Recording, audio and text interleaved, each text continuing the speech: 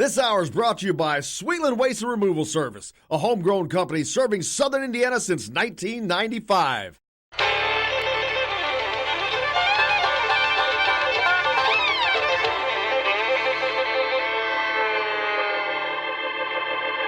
Well, we're coming to your city. Gonna play our guitars and sing you a country song. We'll all be flying higher than a jetliner. And if you want a little bang in your yin yang, come along. Come on along and welcome aboard the Indiana Sports Beat with Coyle Leary here on this Tuesday, December 10th. Coming to you from the Golf Club at Eagle Point Studios. Jim Coyle with you as always, Todd Leary, and Jake's at the wheel keeping us on the track. Todd, how is it going today, man? It's good, man. It's, it's game day. Game days are always exciting. I don't know why I still wake up nervous, but I do. Yeah, it is game day. Indiana taking on UCONN tonight in Madison Square Garden in the GBV Classic. So we'll look forward to talking about that. Chronic Hoosiers on the program today. Wouldn't be a Chronic Tuesday without him. Man, we're only 3 days away from starting the 12 days of Chronic Christmas. I said that to him. Well, let's see. I'll have to mention that to him, see if he likes that. Mo Moriarty, the longtime coach at Bloomington South football. He had 2 stints there, actually. He was there for a long time. And actually, when I was in college, I was supposed to coach for him at Bloomington South. When I came up here, I'd coached at Floyd Central for 3 years, and when I was in school up here, I wanted to coach, but they didn't have a paid job, but I was going to do it anyway. But then right before the season started, the coach at Edgewood, he said, "Hey, I got an paid position." I'm like, "I'll take it." There you go. So I switched. But anyway, Mo Moriarty, and then he left him, and he coached at IU for a short time, and then back to Bloomington South, and now retiring. So wanted to give him a shout out. Purdue's defensive coordinator is gone. Jeff Brom did not like how things went, so they're making a change. That happened last year with Minnesota, Todd, and a lot of I was a little surprised at the time, but it paid instant dividends. They were much better this year defensively, and that's the reason for that. And Purdue did not have a very good defense, and it didn't have much to do with injuries there. So they made the change because how long for the was he betterment there, of the program. How long was he there? I don't. I really don't. Brom's only been there a couple of years. So, and I bring that up because, and not that I'm advocating for that, but Indiana had a lot of troubles defensively this year. And they have a very young defensive coordinator, but Tom Allen is very loyal to his people, and I don't see any change coming there.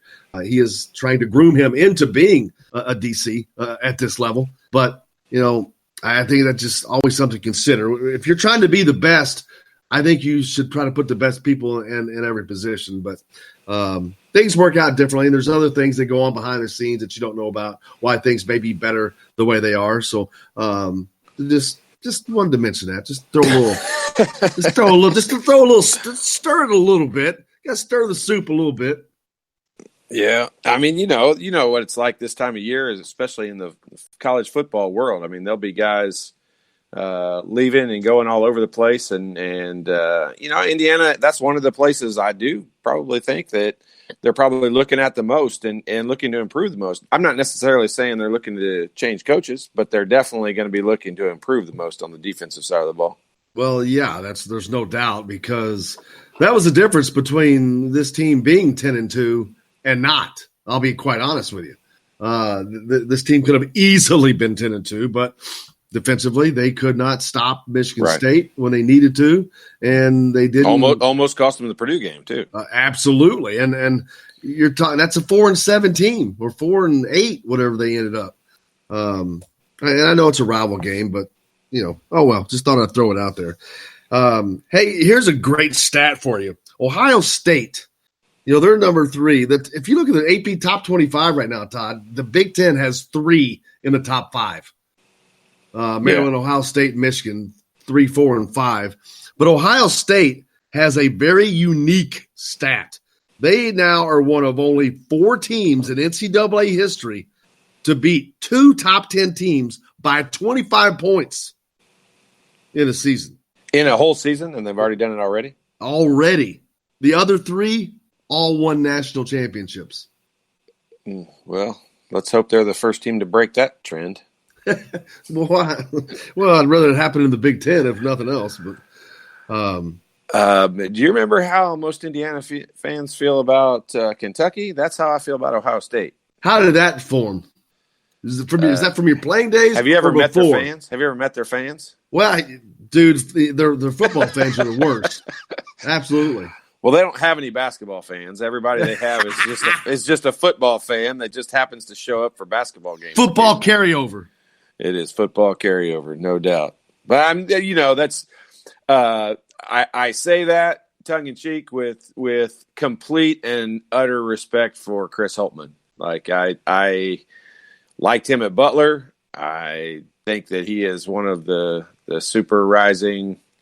He's already risen, I guess, stars in college coaching, and it's hard to root against him. I keep saying it every week. He's the Brad Stevens of college basketball, and I hope that doesn't come across as anything other than a compliment, because that's what it's intended for. Oh, he's killing it.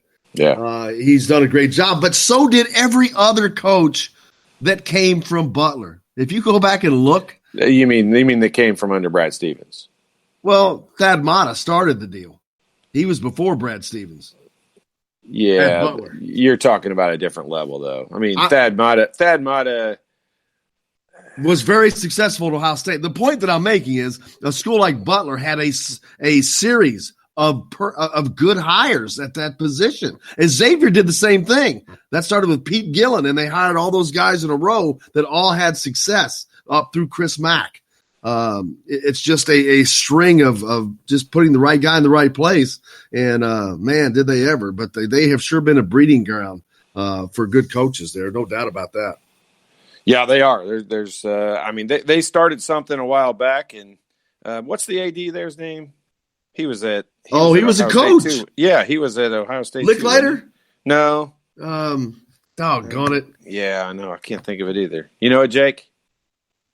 He's looking it up, but yeah, he was one of the first coaches, or he came after Thad Matta. Maybe I can't remember, but no, I think he was before Thad Matta. I think he was before Thad Matta, but he kind of started it all, and he's done Barry Collier. Barry Collier. Yep, he's done an unbelievable job of hiring there, and you got to start at the top and give them credit. But yeah, I think that whole coaching. That whole coaching situation they had there, where they were just training guys to be coaches. The real sad part for a Butler basketball fan is I'm not sure they'll ever be able to pay enough money to hang on to some of these fantastic coaches. They groom and then send off somewhere else. Yeah, that's the brunt you bear when you're a mid-major or a high mid-major even. It's hard to not be a stepping stone, because it's hard to raise those programs while you can be successful. It's still hard to raise them to the level of these Power 5 schools. Yeah, I mean, you look at Thad Matta. I mean, would you consider Thad Matta's career at Ohio State successful? Yeah, I mean, you'd have to say it was successful. He went to a Final Four. I mean, he had a lot of great runs. They had a lot of seasons where they were always competing in the Big Ten toward the top. Made the NCAA tournament. I mean, did they win it, national championships? No, they got close, but no, they got didn't. To the Final Four twice. So it's a damn better run than a lot of other coaches. A lot better. I mean, there's a lot of guys who've never been to the Final Four. Yeah. Indiana as a school's never won a Big Ten tournament title. Yeah, he won 4 of them. I got you. I don't know.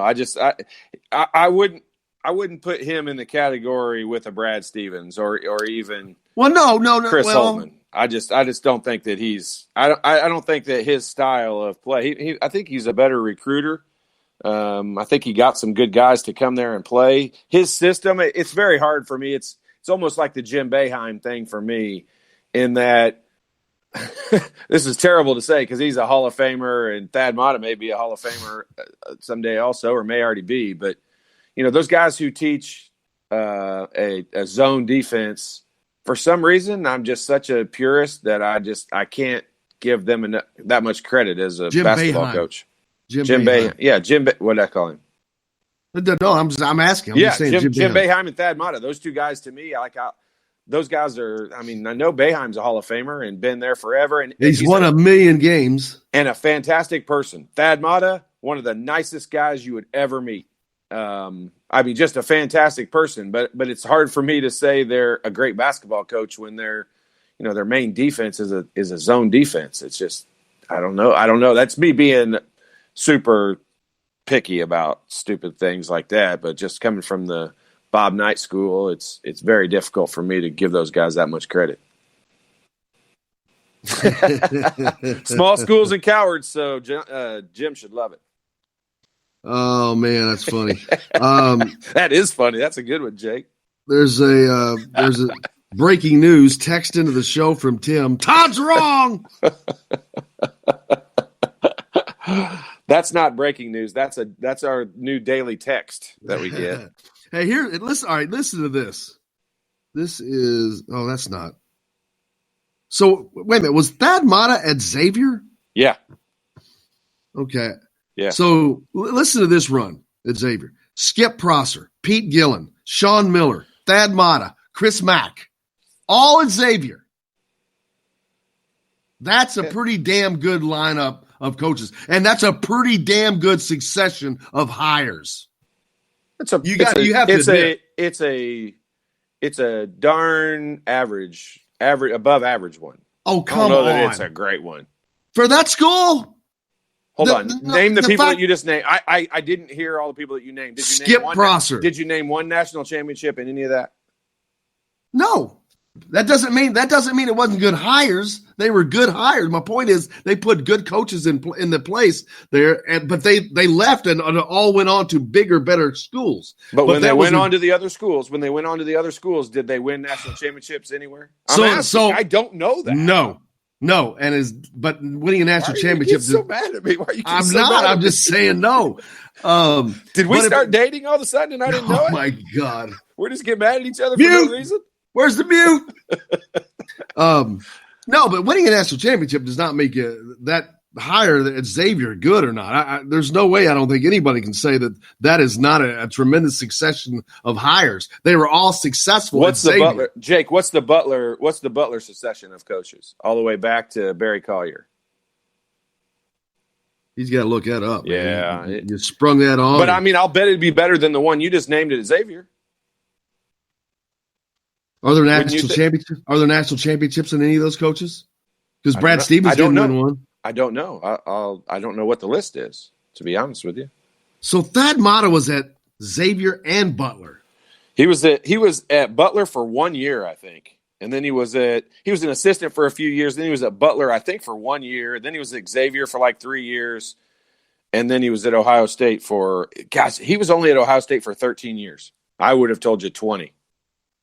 It felt like forever. Well, you got Brad Stevens. You go back to Tony Hinkle, the great Tony Hinkle. But that's going way back. Laval Jordan is their current coach. Thad Matta, of course, Chris Holtman. Brandon Miller, where's he now?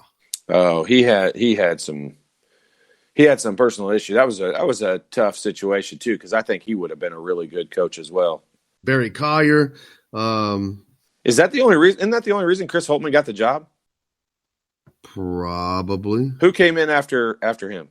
Well, I don't know. It's not showing me that. I'm just looking at names, but Chris Holtman. Chris Holtman got the job because of his issues. Yeah, that was an unfortunate situation, but it worked out. From a basketball standpoint, it worked out for Butler. Chris Holtman is, I'm telling you, he's the Brad Stevens of college basketball. Todd Licklider, I forgot about him. Yep. Yeah, they went from Barry Collier to Thad Matta to Todd Licklider to Brad Stevens to Brandon Miller, Chris Holtman, and Laval Jordan. Yeah, that's a good string. Yeah, I mean they did, and there was only two coaches in between Tony Hinkle and Barry Collier, because Tony Hinkle was there for a millennium. I'm not kidding. He started in 1926, and it went to 42. It stops and goes to 45. I'm assuming he left and went to the World War II. He comes back and stays until 1970. That's why they named the best smelling gym in the country after him. 1926 to 1970. That's crazy. Does anyone else notice the smell of Hinkle Fieldhouse when you go in there? It smells like a swimming pool. Oh, does it? It is the greatest smell. So at Lawrence North, we played 1 or 2 games there every year just during the season. And then we would play the sectional, regional, and semi-state there every year. And there's just a smell to that place that is like, if I could get my house to smell like that, I would, because it just soothes you. And I could go to sleep every night to that smell. It's the greatest. I think the Indiana women play there tonight. Yeah, they do. No, tomorrow night, isn't it? Tomorrow night? Tomorrow night. Yeah, tomorrow night. Yeah, I knew that was coming up. If no one knows what I'm talking about, it'd be a great opportunity to go there, check out the women's game, and check out the smell of that arena. It's pretty awesome. Where is that? Where's the time on? 7 p.m. I guess it's on YouTube? Wow. Really? That's crazy. Yeah, 7 p.m. Huh. Where's the date on that? I don't even see that. It is December 11th. There it is. Yeah. Bingo. Wednesday. Bingo. Yeah, there you go. Just the coolest place in the world, though. I mean, what a unique venue. Yeah, it's awesome. Yep. We got to hit a break. We've rolling on. It's a big Tuesday, of course, Chronic Tuesday. Chronic Hoosier will be joining us later. Also, we got plenty of football, basketball to talk about. The Hoosiers up in New York, Madison Square Garden, taking on UConn tonight. We've got all that and more back here on Indiana Sports Beat with Coyle and Larry. Coming to you from the Golf Club at Eagle Point Studios. Back right after this.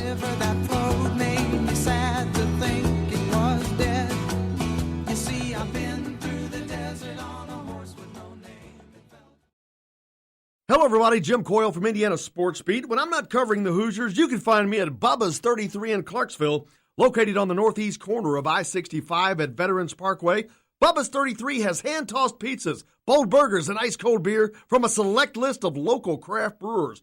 An incredible food selection, all made fresh daily. Whether you're meeting the team for that post-win meal in the family dining area or meeting friends for happy hour to watch the game on one of Bubba's 50 TVs. Bubba's 33 in Clarksville. Pizza, burgers, beer. We all want a winning smile for those championship photos, and that's exactly what you will get at Reynolds Family Dentistry in Sellersburg. Reynolds Family Dentistry has been serving the dental needs of Hoosier families for over 30 years. Let Doctors Roger and Jay Reynolds take care of your family. Just off of I-65 at 809 South Indiana Avenue in Sellersburg. Call 812-246-3368. That's Reynolds Family Dentistry, 812-246-3368.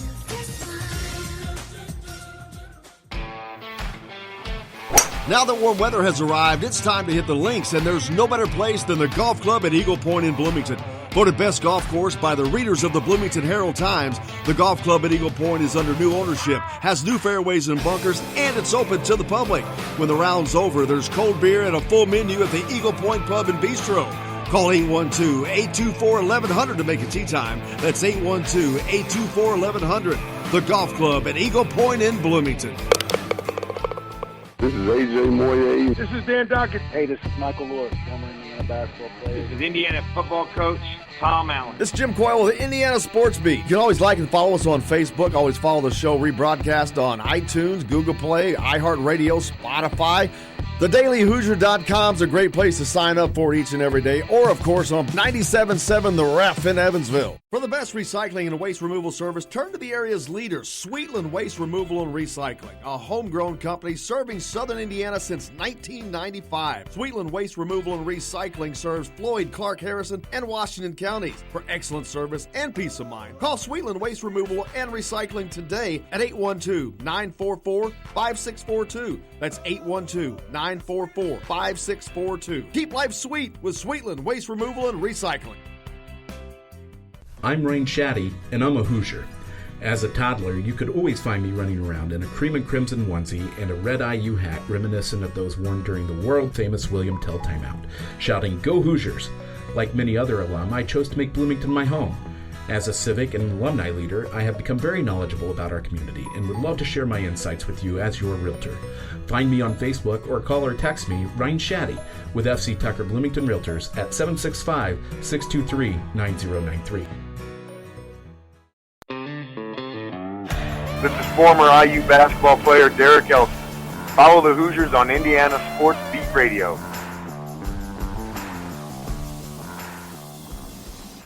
Today's guest is brought to you by Reynolds Family Dentistry of Sellersburg. You need $1 million smile for those championship photos, and that's exactly what you'll get with Reynolds Family Dentistry.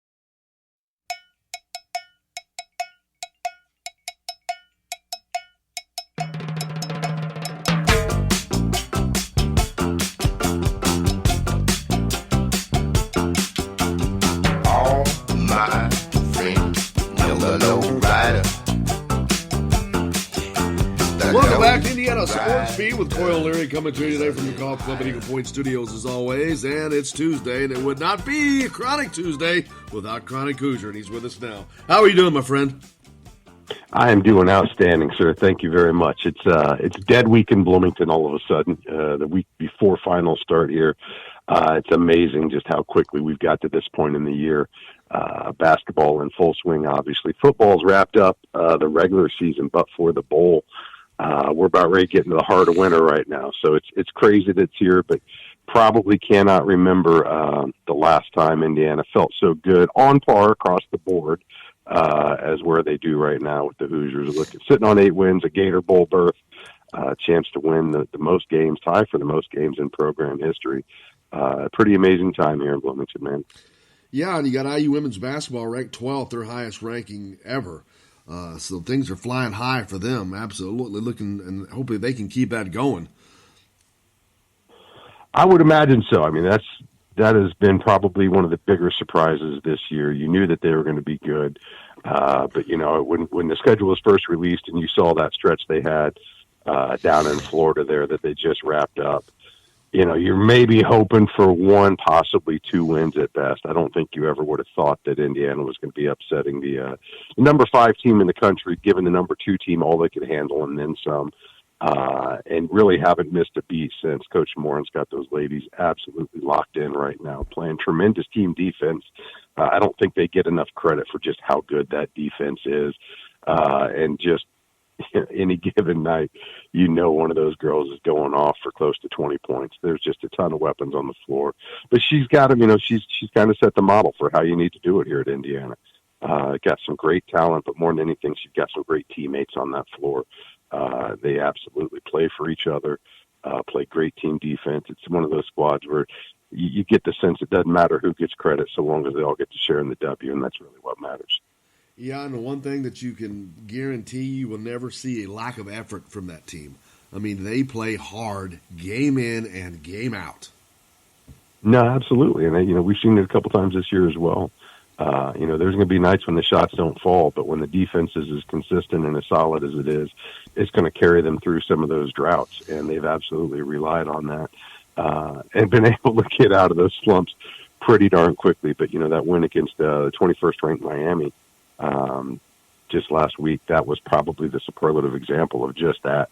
It was a tough night to get a whole lot going offensively. They locked in, and they've now held their opponents under 50 points for 3 consecutive games here. So, really, really proud of what Coach Morin's got going on there.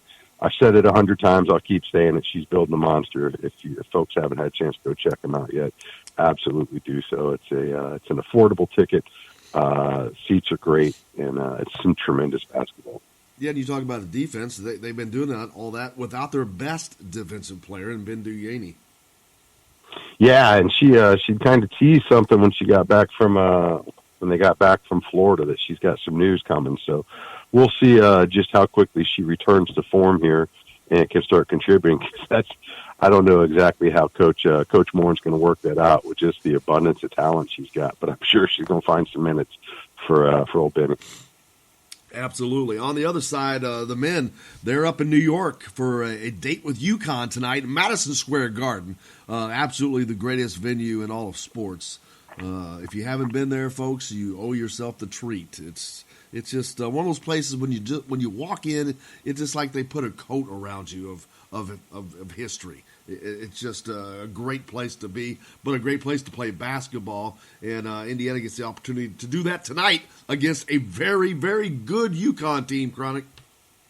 Yeah, this one has all sorts of potential to get a little squirrely on us here. I'm not really sure what to expect. My guess is following that just clunker that they had up in Madison. My hunch is Coach Miller's got their full attention at this point. But it's going to be really interesting to see how they respond. It's obviously it's an iconic venue. It's historic. It is one of the special places in all of the world to play basketball in. It's going to be a homecoming for Devontae Green. He's from Long Island, so New York boy back home in the Apple. Be real curious to see how the team responds, though, following that, and kind of inverse to what we're talking about with the women's team. I'm particularly focused looking at how they come out and respond defensively, because pretty much from the tip last weekend, they were out of it. They were so disconnected. They were so disjointed.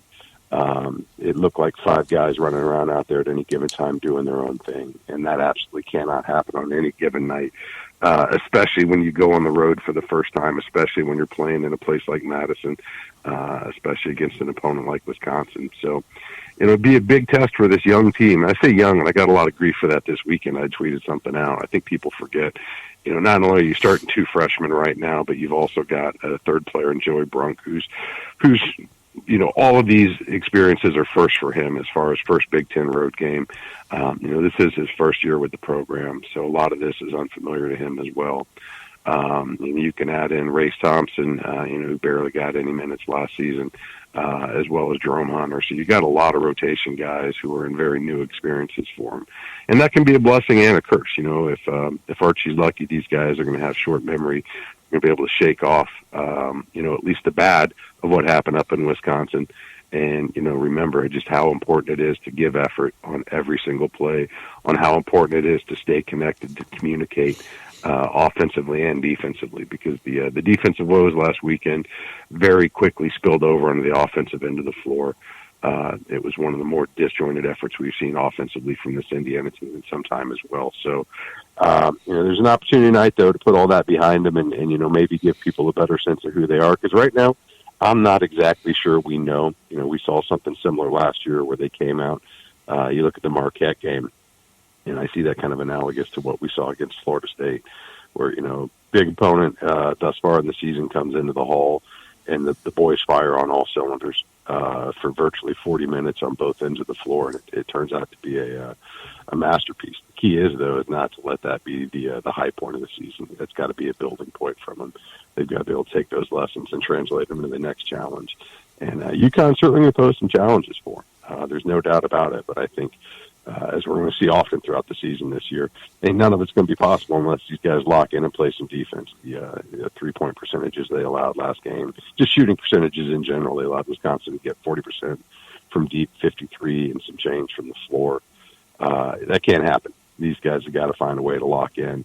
And most importantly, they got to find a way to convert some defense into some offense, because as we've seen some of the half-court struggles, a real easy way to get around those is just don't settle for half-court. Get out in transition, get some quick buckets, allow you to get back and set back up on defense. But more than anything, man, they just got to find a way to get some stops tonight. And I have a feeling Devontae's got some tricks up his sleeve for us. We'll see. But as always, there's the blessing and the curse that is Devontae. Absolutely. He's going to relish being at home and playing in front of the home crowd, especially being, quote unquote, the guy. He's the scoring guy for Indiana. Let's make no bones about that. So, and he does a great job of that a lot of the time. I mean, he's sure something. It's funny. It's like you just got to take the good with the bad. There's more good than bad, but it just sometimes you're like, oh, you just kind of cringe a little bit. You're like, what's going on there? But then he'll hit one of those crazy shots. You're like, okay. The biggest thing I think for Devontae right now is no matter what he's doing, he's got to find a way to do it within the flow of the game. He's got to find a way to keep his teammates involved. He's got to find a way to, to move when the offense isn't necessarily going through him on every single touch, because he's got to stay engaged. Like you say, he absolutely has potential to light it up for Indiana. But he cannot, when things aren't coming easily to him, he cannot force it and put themselves in situations where, we always talk about trying to get multiple stops in a row. Devontae, whenever it struggles or whenever things aren't coming easy to him, he finds a way often to get multiple trips up the floor without a point, just by pushing it too fast, when it's not necessarily coming within the flow of the game. So finding a way where he can still push the issue, but do it within the offense, I think is going to be key. Absolutely key for Indiana tonight. Absolutely. And then the football game, of course, we can't not talk about the Gator Bowl with Indiana heading down to Jacksonville to take on Tennessee, which is completely awesome. It was almost going to be a little bit better. They had a cherry on top for a little bit when we thought they were going to be playing Kentucky, but they took the cherry away when Tennessee knocked Kentucky out of that. But it's still going to be fun no matter what. Oh no, this is. I think this is probably best case scenario when you look at all the possibilities that were in front of Indiana heading into championship week. Obviously this is one of the more prestigious bowls Indiana's played in probably since the Rose Bowl. To be honest with you, this is Indiana's first trip to Florida for a bowl game. Assuming Tom Allen makes it to January 2nd, this is going to be just the second time in program history that a coach has led Indiana in multiple bowl games. It's never happened before, with the exception of Bill Mallory's run there. So I don't know that you can state enough just how big this is for Indiana. You've got a ton of players that reside from that part of the country. I think I saw yesterday it's a homecoming for almost 30 of them in total.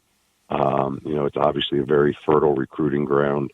It's where Coach Allen spent a lot of time. It's where Thomas Allen, his son, graduated high school from down in at Plant over on the other side of the peninsula. But I think it just poses the opportunity for a lot of Hoosiers, both on the program, around alumni, to get a chance to see Indiana in a showcase game that doesn't often come our way. January 2nd, they're going to have the stage entirely to themselves in that time slot. They're the only game on.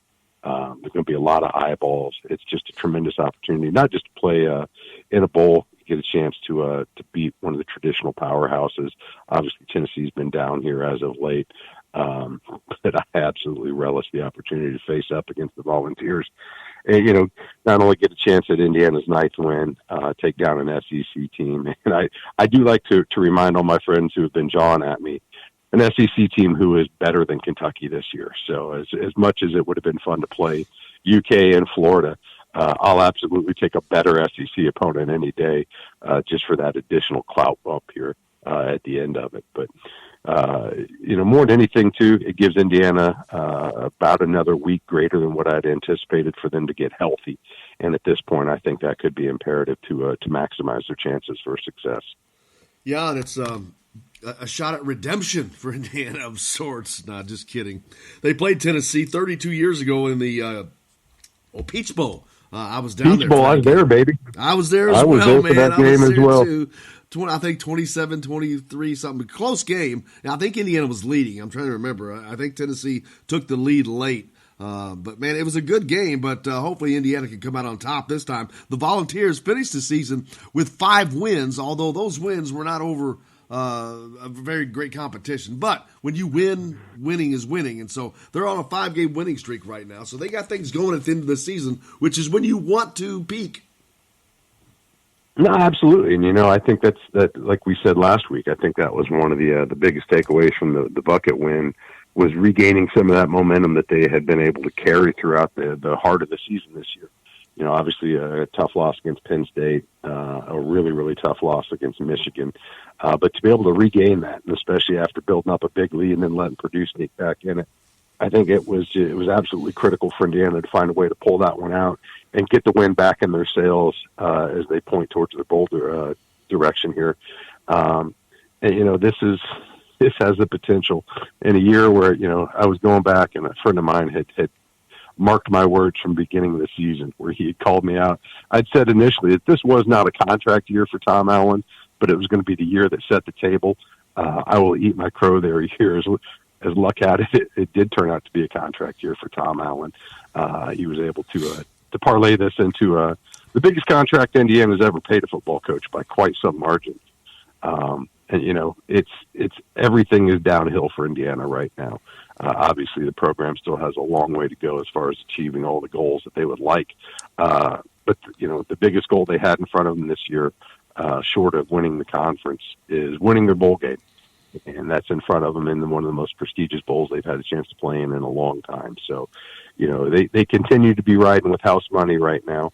And, more than anything, I think they believe in one another. I think you're seeing more and more people around the program where that belief has spread.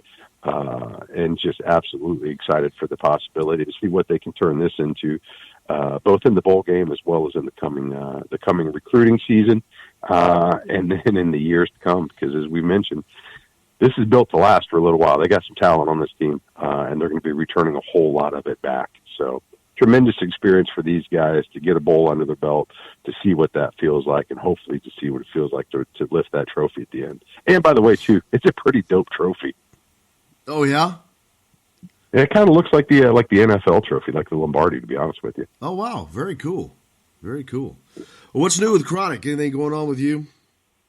Not a whole lot, man. We've officially entered the holiday season now, so it's I've got to touch base with the missus on almost a daily basis to figure out who's where when, because it's officially holiday time. We've reached, in Star Wars when they hit warp or light speed and everything just kind of straight lines and goes by you. That's kind of the way the calendar feels right now. So it's always nice to have those mile markers along the way to just keep track of where you are as the holidays progress here. I've been circling this one for some time, 9 o'clock game tonight.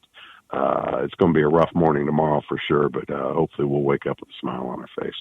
Yeah, it looks like we're 3 days away from the start of the 12 days of Chronic Christmas. Ooh, we may have to put something together for that. I like it. I do too. I do too. All right, brother. I'm happy to have you on here today. As always, look forward to it. Look forward to the 12 days of Chronic Christmas starting. I love that. Just give me a little piece, a little action. Give me the 7th day or something. I got to get a Christmas card out first, man. I'm way behind schedule on that one. That's an annual tradition that I got to get in gear here tonight. And those are special. Let me tell you, I will certainly be posting mine when I get this one this year. I can't wait to see it. Chronic, brother, I thank you. I can't wait to. We'll look forward to doing it again next week. Sounds great, Jim. Have a good day, man. You betcha. Thank you very much. Chronic Hoosier joining us here on Indiana Sports Beat with Coyle Leary. We're back with more from the Golf Club at Eagle Point Studios right after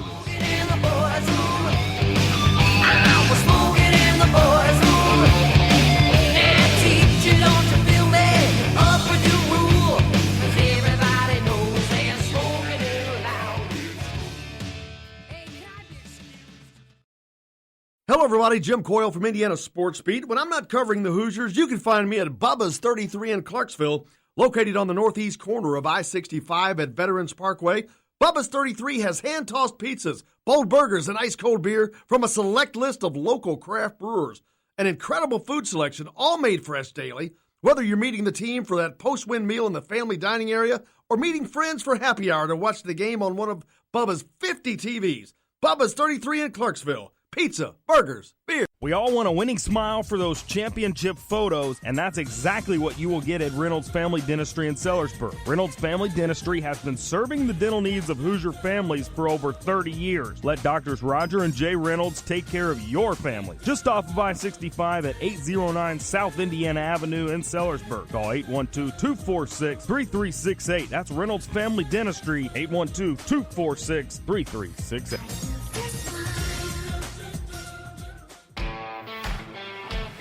Now that warm weather has arrived, it's time to hit the links, and there's no better place than the Golf Club at Eagle Point in Bloomington. Voted best golf course by the readers of the Bloomington Herald-Times, the Golf Club at Eagle Point is under new ownership, has new fairways and bunkers, and it's open to the public. When the round's over, there's cold beer and a full menu at the Eagle Point Pub and Bistro. Call 812-824-1100 to make a tee time. That's 812-824-1100. The Golf Club at Eagle Point in Bloomington. This is AJ Moye. This is Dan Dockett. Hey, this is Michael Lord, former Indiana basketball player. This is Indiana football coach Tom Allen. This is Jim Coyle with Indiana Sports Beat. You can always like and follow us on Facebook. Always follow the show rebroadcast on iTunes, Google Play, iHeartRadio, Spotify.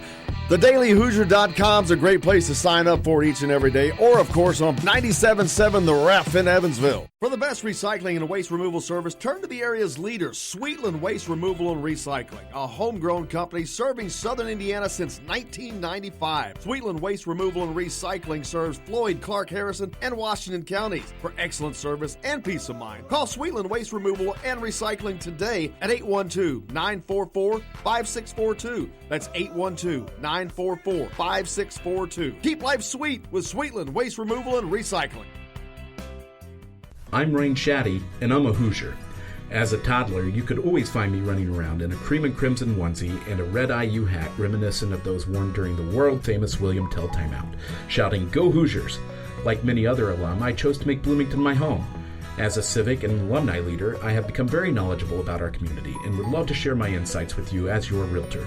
Find me on Facebook or call or text me, Ryan Shaddy, with FC Tucker Bloomington Realtors at 765-623-9093.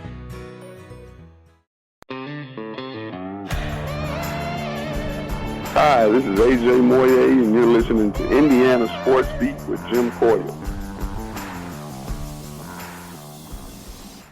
Today's guest is brought to you by Bubba's 33 in Clarksville, with hand-tossed pizzas, bold burgers, and ice-cold beer. Pizza, burgers, beer. Bubba's 33 in Clarksville.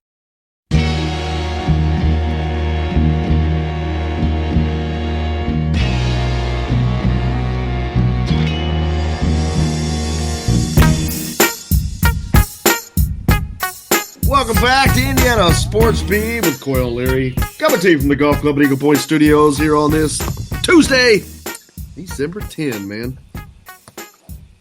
Flying by. Telling you, I cannot. I shouldn't even say that anymore. The year's flown by. It's already almost over. He gone. Gone. She gone. Tonight, Indiana takes on UCONN. Madison Square Garden. Man, I obviously never had the opportunity to play there, but I have been there, Todd, and just walking in that building, you instantly, I used this analogy earlier, and it's the truth. It's like they just put this coat around you of history, and you just feel it. It envelops you when you walk in that building. You know, and then if you walk around the concourse outside, they have pictures that basically just, it's a historical marker of the things that's gone on there. And I was talking yesterday with Don Fisher, and I told him the picture that stands out the most to me is a picture of Marilyn Monroe, because that's where she infamously sang "Happy Birthday" to John F. Kennedy. Of course. Yeah, that place is just weirdly special in that there's so many different things that have gone on there. I mean, it's probably, I don't even know that it probably is right.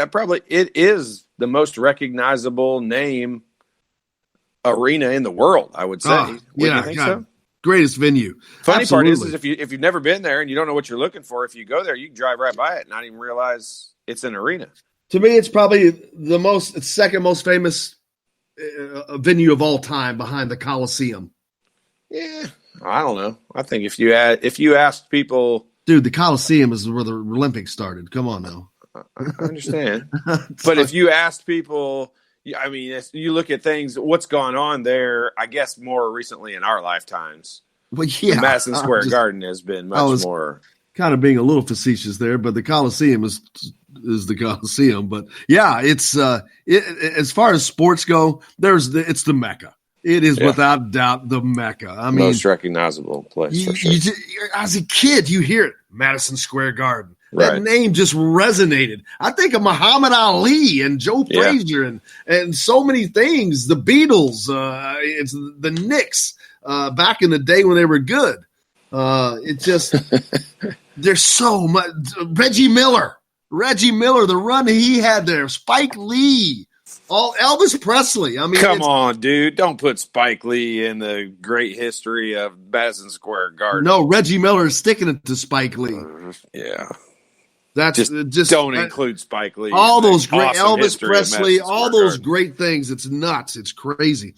Now, Indiana, however, hasn't had the greatest record They've played 28 games in the New York metro area since 72. They're 16-12 overall. 24 of those games came at Madison Square Garden. IU last played in the Garden in March in 2018 in the Big Ten tournament. They lost to Rutgers. Yep, very forgettable.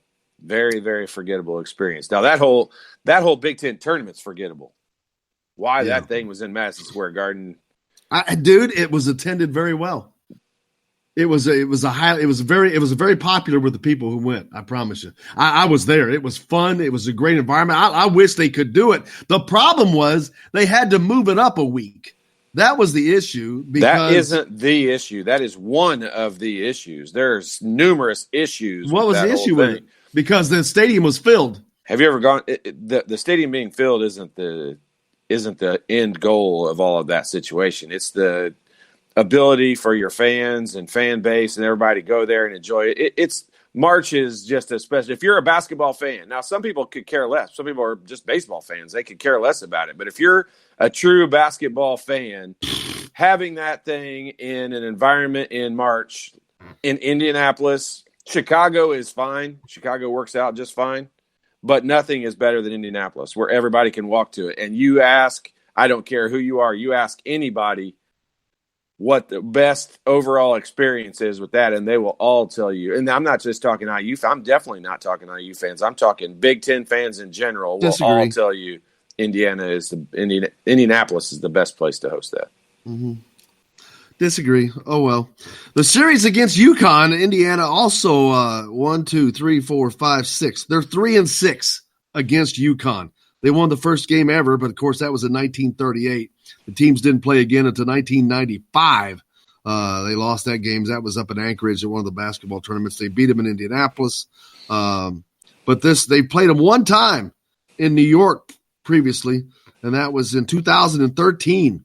It was a 58-59 loss to UConn that year. So hopefully they can turn that little stat around. Yeah, for sure. I mean, there's not very many teams across the country that can say they hold a winning record against IU basketball in all time. So that's one that definitely needs to get switched.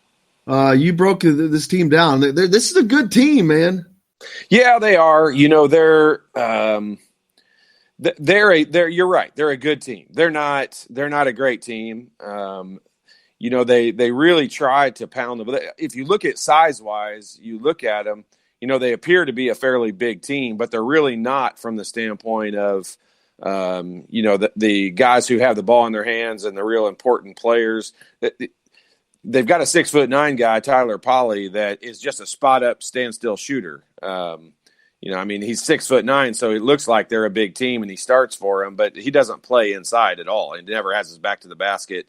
He cuts through. His main goal in every possession is trying to get a three-point shot off. So, you know, his size makes them look bigger than what they really are, but they're dominated by two guards. I mean, Christian Vital and Gilbert, their other guard. Those two guys, number 1 and number 3, those two guys will dominate the possessions and dominate the ball in their hands during the possessions. And almost every time down the floor, they try to pass the ball inside to Josh Carlton, their big 6'11" center.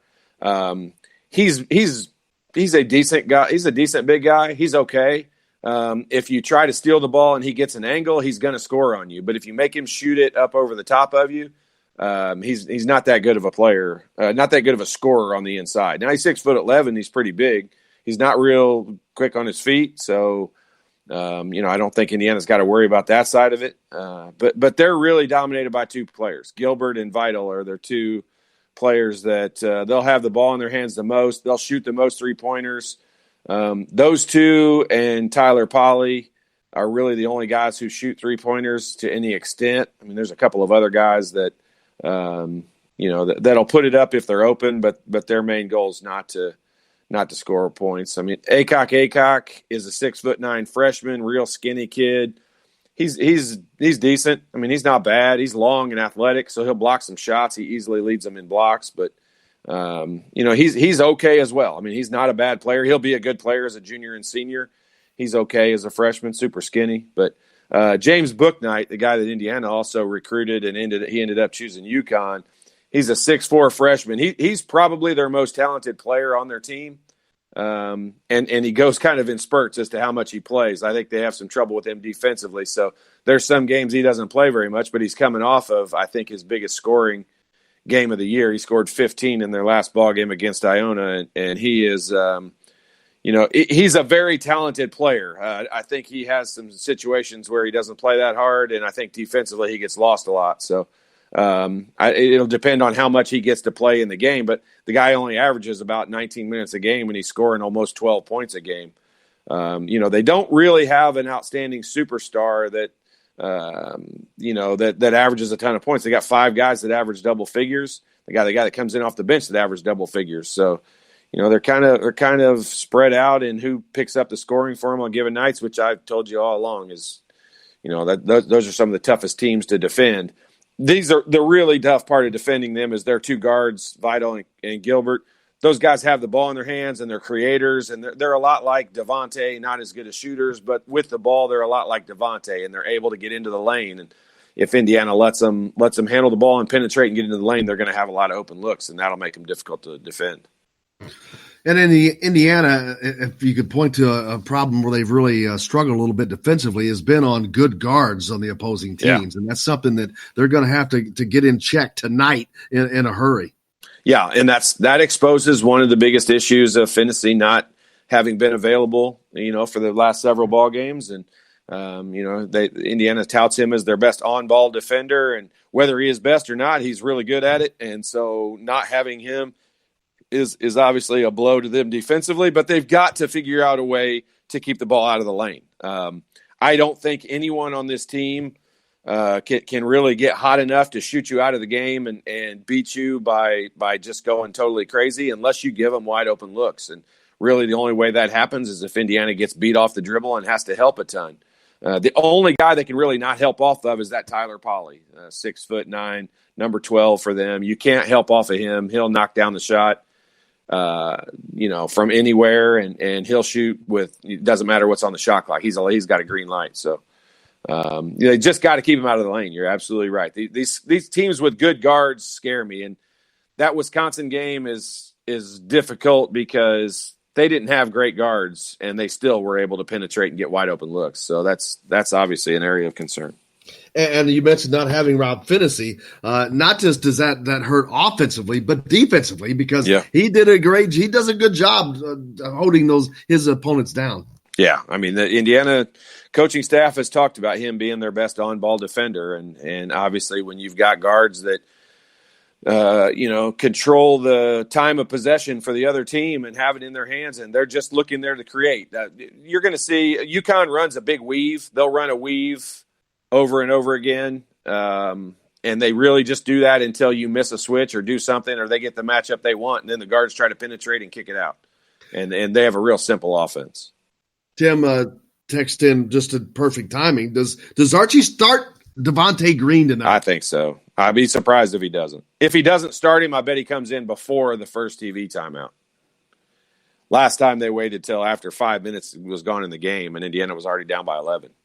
And all indications is that Rob Finney will not play in this game. I mean, that could change, but I've heard it both ways. I mean, from what Archie talked about, he's talked about late December. Late December, right? This is not late December. It's not close to late December. And I've seen people writing that they think he'll be back. And I'm like, why? Why do you think that? Because that's not what I've heard. But we'll find out. But it's just really key for Indiana's guards to get off, the whole team for that matter, to get off to a good start, not let themselves get buried like they did against Wisconsin and then have to struggle and fight the whole game to try to get back just to even keel.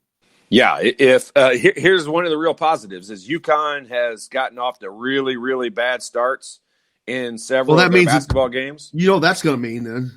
Yeah, they'll get hot tonight. So this game could be 0-0 with the 12-minute timeout, based on the 2 starts Indiana just came off of and what UConn is used to. But, if Indiana would get off to a really good start in this game, the momentum will be on their side. And that's so obvious to say, but it's just true. Indiana has to get off to a good start and not be playing from behind the whole game. Because when you let a guard-dominated team, have a lead, they're killers. They'll just beat you the whole game. And it's important as well because this is a quasi road game.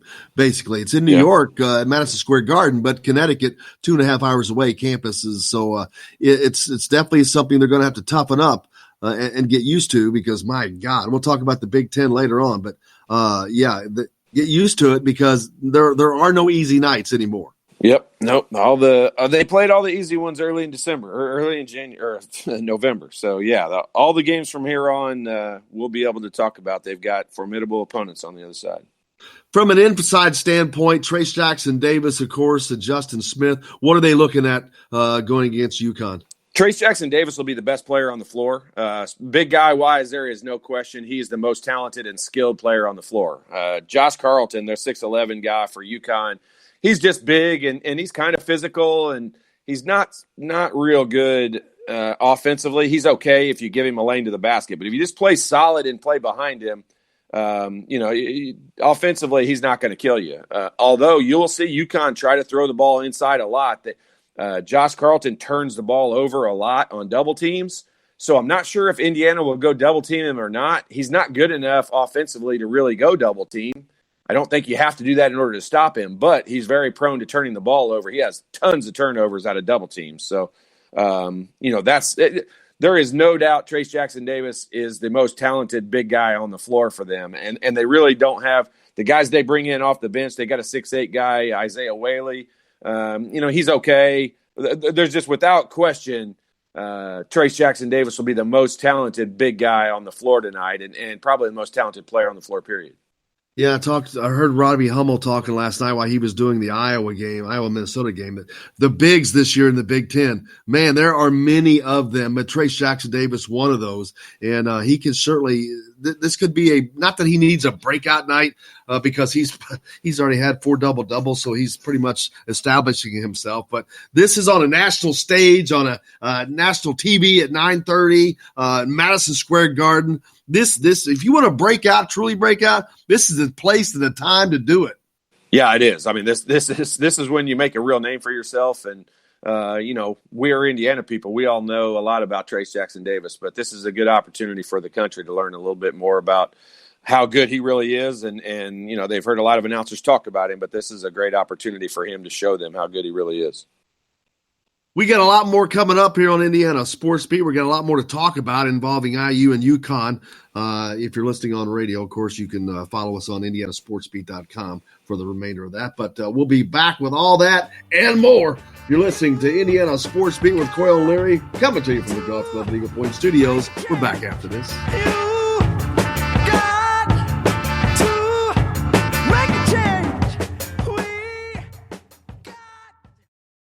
Hello, everybody. Jim Coyle from Indiana Sports Beat. When I'm not covering the Hoosiers, you can find me at Bubba's 33 in Clarksville, located on the northeast corner of I-65 at Veterans Parkway.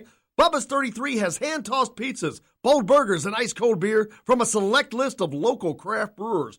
An incredible food selection, all made fresh daily. Whether you're meeting the team for that post-win meal in the family dining area or meeting friends for happy hour to watch the game on one of Bubba's 50 TVs. Bubba's 33 in Clarksville. Pizza, burgers, beer. We all want a winning smile for those championship photos, and that's exactly what you will get at Reynolds Family Dentistry in Sellersburg. Reynolds Family Dentistry has been serving the dental needs of Hoosier families for over 30 years. Let Doctors Roger and Jay Reynolds take care of your family. Just off of I-65 at 809 South Indiana Avenue in Sellersburg. Call 812-246-3368. That's Reynolds Family Dentistry, 812-246-3368.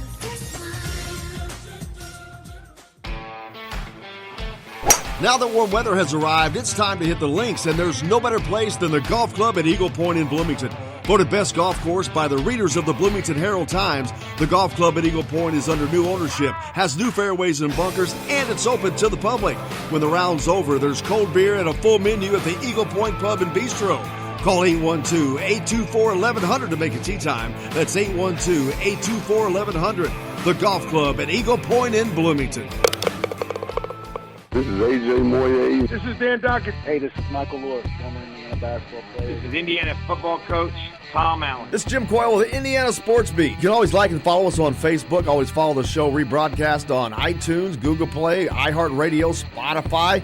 TheDailyHoosier.com is a great place to sign up for each and every day, or, of course, on 97.7 The Ref in Evansville. For the best recycling and waste removal service, turn to the area's leader, Sweetland Waste Removal and Recycling, a homegrown company serving southern Indiana since 1995. Sweetland Waste Removal and Recycling serves Floyd, Clark, Harrison, and Washington counties. For excellent service and peace of mind, call Sweetland Waste Removal and Recycling today at 812-944-5642. That's 812-944-5642. Keep life sweet with Sweetland Waste Removal and Recycling. I'm Rain Shaddy, and I'm a Hoosier. As a toddler, you could always find me running around in a cream and crimson onesie and a red IU hat reminiscent of those worn during the world-famous William Tell timeout, shouting, "Go Hoosiers!" Like many other alum, I chose to make Bloomington my home. As a civic and alumni leader, I have become very knowledgeable about our community and would love to share my insights with you as your realtor. Find me on Facebook or call or text me, Ryan Shaddy, with FC Tucker Bloomington Realtors at 765-623-9093.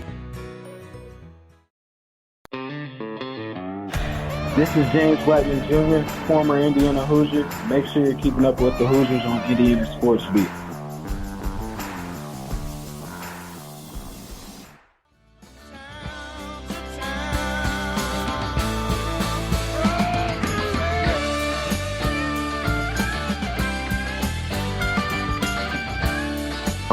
Yes.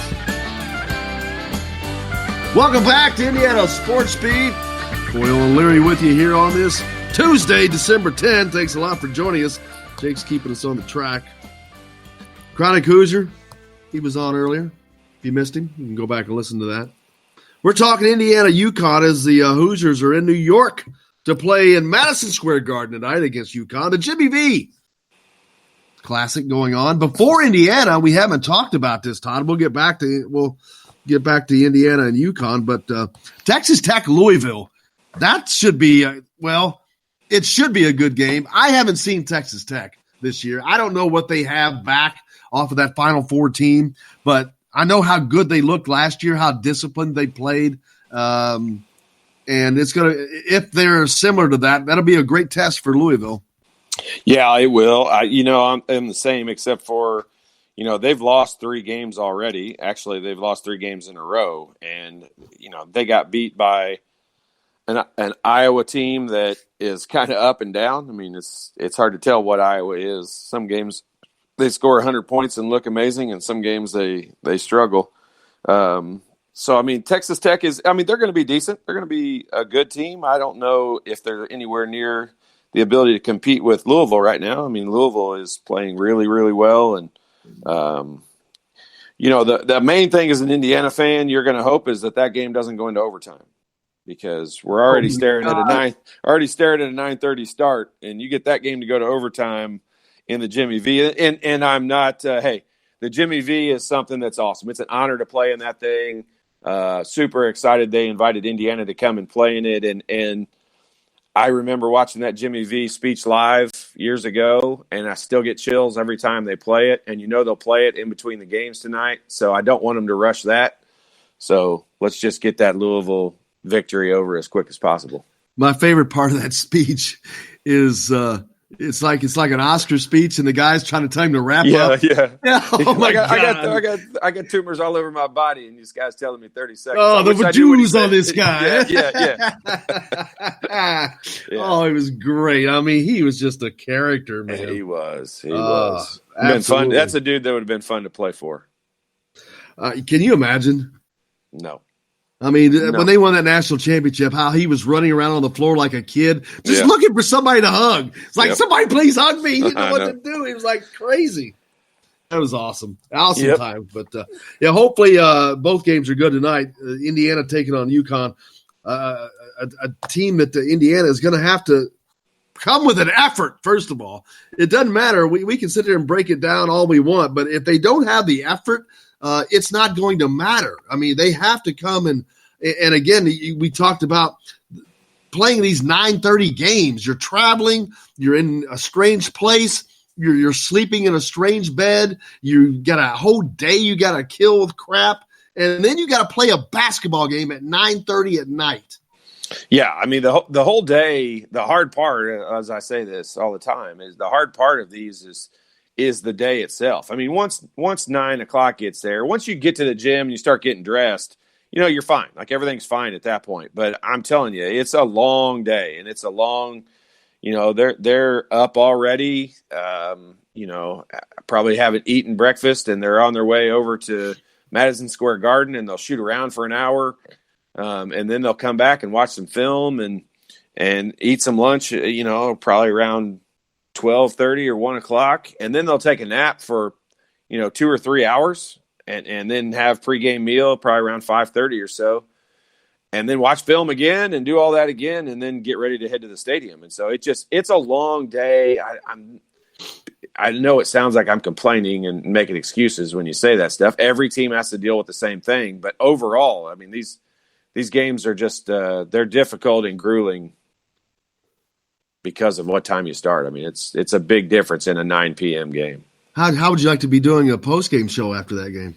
I am excited to do a post-game show. Oh, that's right. We are doing one. That's right. Live from Yogi's immediately following the game, after the game with Todd Leary. No matter what time, baby, we're going to be there. Yeah, here's the thing. I'm excited to do a post-game show as long as they play hard, as long as they play well. I'm not saying victory. Yes, of course, I'm going to like it more if they win, but it's very difficult to not jump on the super negative side of things when you have to watch a game like at Wisconsin.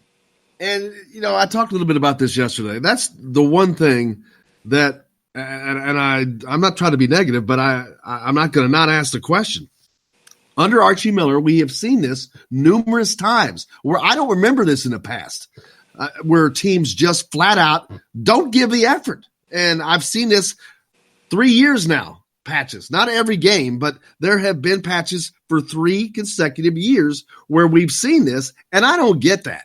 I can, if you got one group, I understand. But when this happens over the course of 3 years, you have to ask the question, why? We're going to disagree completely on this because I think we've seen this all the way back to the year 2001. And, I think Coach Knight, I think that's one of the things that made Coach Knight who he was is, he didn't allow this kind of stuff. He didn't allow players to, players fit within his system and you played hard. And if you didn't play hard, somebody came in for you. Mm-hmm. I think, I am not calling the coaches out, but I'm saying I don't think Tom Crean or Kelvin Sampson or Mike Davis or any of those guys, I don't think that they quite have that same standard of playing hard and they're afraid to use the bench. I mean, that's one, we talked about this the other day. Coach Knight, one of the things with him he wasn't afraid to do is he believed in his system so much that he kind of believed he could win with anybody. And as long as you played hard and were in position, that's all he asked of you. And I'm telling you, there's a ton of times you are more successful under Bob Knight once you learn that all you have to do is do the system and be there, be in position, and hustle and do that stuff, and it'll work itself out, and you won't get in trouble for a guy scoring and things like that. There's a lot of baskets that are scored that we were all in good position. It was just better offense than defense. But Coach Knight felt like over the period of 40 minutes, if you stuck to that system and you did it, you were going to come out on top. And that's where I think, I'm not going to say Archie Miller's afraid of it or whatever. I'm just going to say I don't think they use the bench, the fear of sitting a guy on the bench. I don't think they use that to the same level that Coach Knight was fairly comfortable doing that. Obviously, these players don't have that fear of coming out. Yeah, but I don't. You're saying it back to the last 3 years, and I don't think it's Archie Miller specific. I think Kelvin Sampson and Tom Crean were probably way more guilty of it than Archie Miller is, and so that when you single it out to the last 3 years, that's just why I say I disagree with you. I just don't recall it being a point. In any of those come on! Tom Crean's teams were miserable to watch from time to time. They were miserable because they couldn't. They were miserable around. Because they were terrible at defense. I'll give you that. They were horrible. They didn't even play defense. Yeah. So no, there's many things we could pick of that, but it's just the effort thing. And I don't know if it's here's why I got so excited. And, like I tell you this all the time, like I try not to get too high and I try not to, get too low on these teams. And I got super high on them after the Florida State game. And it wasn't just because they won. It was because of the effort level they gave. And I'm telling you, if they played just as hard and got off to a good start and made it a focus to get off to a good start in that Wisconsin game, it would have been a totally different game. Why they didn't, that's kind of that's the $1 million question, that if a person could solve it, they would make $50 million a year as a coach, because you would make sure that it never happened. But I can't explain it other than, you've got Archie Miller is in charge of 18 to 23-year-old kids that I think we can all agree that when we were 18 to 23-year-olds, we made some decisions that, and we weren't probably as mentally tough and strong and prepared as we would have hoped to have been, or that we are now later in life. And, why these kids weren't ready to play and didn't get off to a good start, I don't know. And I don't know what gets them to that point, but I don't think it's Archie Miller's fault. Hey, for those of you listening to the show, we appreciate you. As you know, do us a favor, share it out. Whether if you're finally listening to it on a podcast, the rebroadcast after the radio show, send it out, share it on Facebook, share it on Twitter, wherever you like, wherever you can. We appreciate you, and give old Todd at Leary Todd a follow on Twitter. To get him boosted up. Trying to bump my Twitter followers. Heck yeah, man! All and right. You can follow me as well at Jim Coyle ISB. But yeah, Indiana is. This is not a must-win game, but man, if they lose this and then lose back-to-back games, it's not a must-win. It's a should-win, though. Yeah. I mean, Indiana is more talented. I mean, Christian Vital, the point guard for, he's kind of just like Devontae Green. He's point guard / two guard. They've got two guys that'll have the ball in their hands, him and Gilbert, and either one of them has it. I mean, they're 50-50 on which one has the ball in their hands, and so it's hard to really match up a guy on one side or the other, but offensively, I think he's probably as close to Devontae Green as what they have. Besides that, every other player on the floor, Indiana is more talented than, for sure. And Josh Carlton, their big guy, gets a lot of credit, and it's just because he's 6'11". He's not that talented. He doesn't play that hard. He's a guy that Indiana could definitely take advantage of. The Aycock guy, that's a freshman. He's thin and he'll make some moves tonight where you'll be like, oh, that kid's going to be pretty good, but he's also going to make some mistakes, and he's really thin. He's 6'9" and probably only weighs about 200 pounds. So he's real thin. And the one of the real scary guys is the Tyler Polley guy. I mean, he's a guy that can get hot and knock down shots. He's 6'9". He's got a beautiful looking jump shot. But he's really a standstill shooter. Like, he's not going to go create a bunch of stuff on his own. He's not going to catch the ball and drive to the rim a whole bunch. He really wants to stand out there and have somebody drive and kick it to him, and he'll shoot from anywhere. The line doesn't matter to him. He'll be 3 or 4 feet behind it. So, but position by position all the way down, Indiana is more talented than UConn. Right now, Devontae Green is the quote-unquote sixth man, but hopefully that'll probably change at some point. Who would you see falling into that role? Tim says he could see Armand Franklin filling into that. For sure. Definitely, because he's a great spark off the bench, because he's pretty solid. He's not doing spectacular things, but he's not making grave mistakes either. Yeah, I mean, he made some freshman mistakes in the Wisconsin game, and I don't necessarily even mean, like turnovers or some of that stuff. I mean, when Indiana got behind 20-9, Justin Smith took a three-pointer early in the shot clock. Armand Franklin took a three-pointer early in the shot clock. Those are freshman mistakes. I mean, Justin Smith's is just a mental error that he continues to do, it seems like, game after game. Any three-pointer by him when the shot clock's not running down is a bad shot. That's just fact. I mean, Armand Franklin is shooting 17%. Jerome Hunter is shooting 17%. And you got to look at that as Justin Smith is a guy who's shooting 30%, and you got to look at that as good. That's pretty bad. If you got a guy on the other team tonight, they got two guys. Brendan Adams is a guy that comes in off the bench and will shoot 3-pointers. He's like a 30% 3-point shooter. I want him to shoot. Like we want him to shoot 3-pointers. Book night. You know, he's a guy that he can make them, but not a great 3-point shooter. The Gilbert kid for them, he'll shoot 3-3-pointers a game, and he's a 25% 3-point shooter. Like that's a win for Indiana. You want that guy to shoot that shot. And if Indiana doesn't realize, and when I say Indiana, I mean the players themselves, if Justin Smith, Armand Franklin, and Jerome Hunter don't realize that the other teams want them to shoot 3-pointers, then they're pretty self-unaware of other teams' game plans, because when you're shooting that percentage, trust me, the other team wants you to take those shots. And I think Armand fell a victim of that in the last ballgame. He would be a great guy coming in off the bench. I think they're asking a lot of him right now because of the Finney injury and for whatever other reason that Devontae doesn't start. They're asking a lot of him coming in, being the starting guy in that role. Absolutely. We got a lot more to get to here on Indiana Sports Beat with Coyle and Leary. We're going to hear from Tom Allen a little bit about the selection to the Tax Slayer Gator Bowl, and plenty more to talk about in regards to basketball. Keep the text coming, 812-269-6367. You can always hit us up no matter when you're listening to the program. We'll get to your question if it's not live. We'll get to you at some point anyway, but stay tuned. We're back with plenty more from the Golf Club at Eagle Point Studios right after this.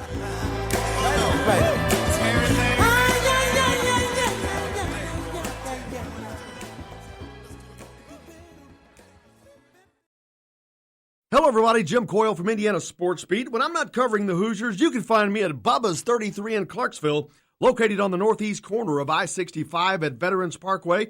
Bubba's 33 has hand-tossed pizzas, bold burgers, and ice-cold beer from a select list of local craft brewers. An incredible food selection, all made fresh daily. Whether you're meeting the team for that post-win meal in the family dining area or meeting friends for happy hour to watch the game on one of Bubba's 50 TVs. Bubba's 33 in Clarksville. Pizza, burgers, beer. We all want a winning smile for those championship photos, and that's exactly what you will get at Reynolds Family Dentistry in Sellersburg. Reynolds Family Dentistry has been serving the dental needs of Hoosier families for over 30 years. Let Doctors Roger and Jay Reynolds take care of your family. Just off of I-65 at 809 South Indiana Avenue in Sellersburg. Call 812-246-3368. That's Reynolds Family Dentistry, 812-246-3368.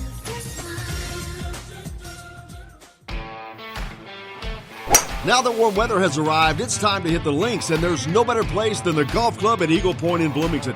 Voted best golf course by the readers of the Bloomington Herald-Times, the Golf Club at Eagle Point is under new ownership, has new fairways and bunkers, and it's open to the public. When the round's over, there's cold beer and a full menu at the Eagle Point Pub and Bistro. Call 812-824-1100 to make a tee time. That's 812-824-1100. The Golf Club at Eagle Point in Bloomington. This is A.J. Moyer. This is Dan Dockett. Hey, this is Michael Lord, former Indiana basketball player. This is Indiana football coach Tom Allen. This is Jim Coyle with the Indiana Sports Beat. You can always like and follow us on Facebook. Always follow the show rebroadcast on iTunes, Google Play, iHeartRadio, Spotify. TheDailyHoosier.com is a great place to sign up for each and every day. Or, of course, on 97.7 The Ref in Evansville. For the best recycling and waste removal service, turn to the area's leader, Sweetland Waste Removal and Recycling, a homegrown company serving southern Indiana since 1995. Sweetland Waste Removal and Recycling serves Floyd, Clark, Harrison, and Washington counties. For excellent service and peace of mind, call Sweetland Waste Removal and Recycling today at 812-944-5642. That's 812-944-5642. Keep life sweet with Sweetland Waste Removal and Recycling. I'm Rain Shaddy, and I'm a Hoosier. As a toddler, you could always find me running around in a cream and crimson onesie and a red IU hat reminiscent of those worn during the world-famous William Tell timeout, shouting, "Go Hoosiers!" Like many other alum, I chose to make Bloomington my home. As a civic and alumni leader, I have become very knowledgeable about our community and would love to share my insights with you as your realtor. Find me on Facebook or call or text me, Ryan Shaddy, with FC Tucker Bloomington Realtors at 765-623-9093. Hey, this is Jordan Halls, former Indiana Hoosier. Keep up with Indiana sports on Indiana Sports Beat.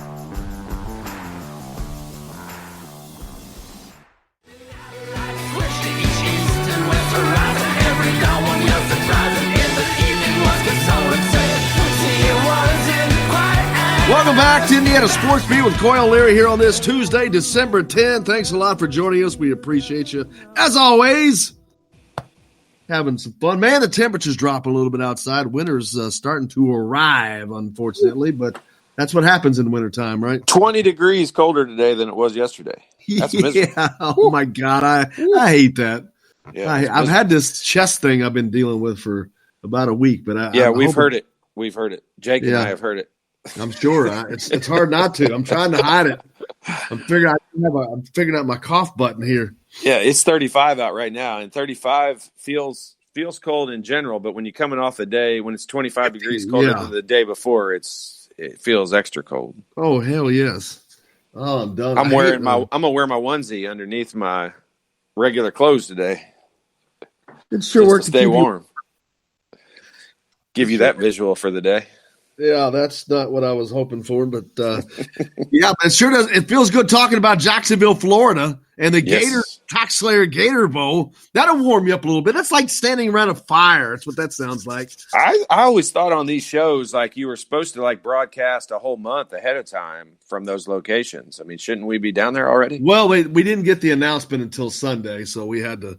We didn't know where we were going. It's Tuesday. We had 2 full days. Yeah, got to get going. We failed to prepare. Pack the van. I'm ready. Hopefully, we will be coming to you from Jacksonville that week. We're going to work on that. See if we can get that done. That'll be cool. See who all we can get on. Do a lot of things with the Hoosier fans down there. And that should be. I'm expecting a good Hoosier turnout.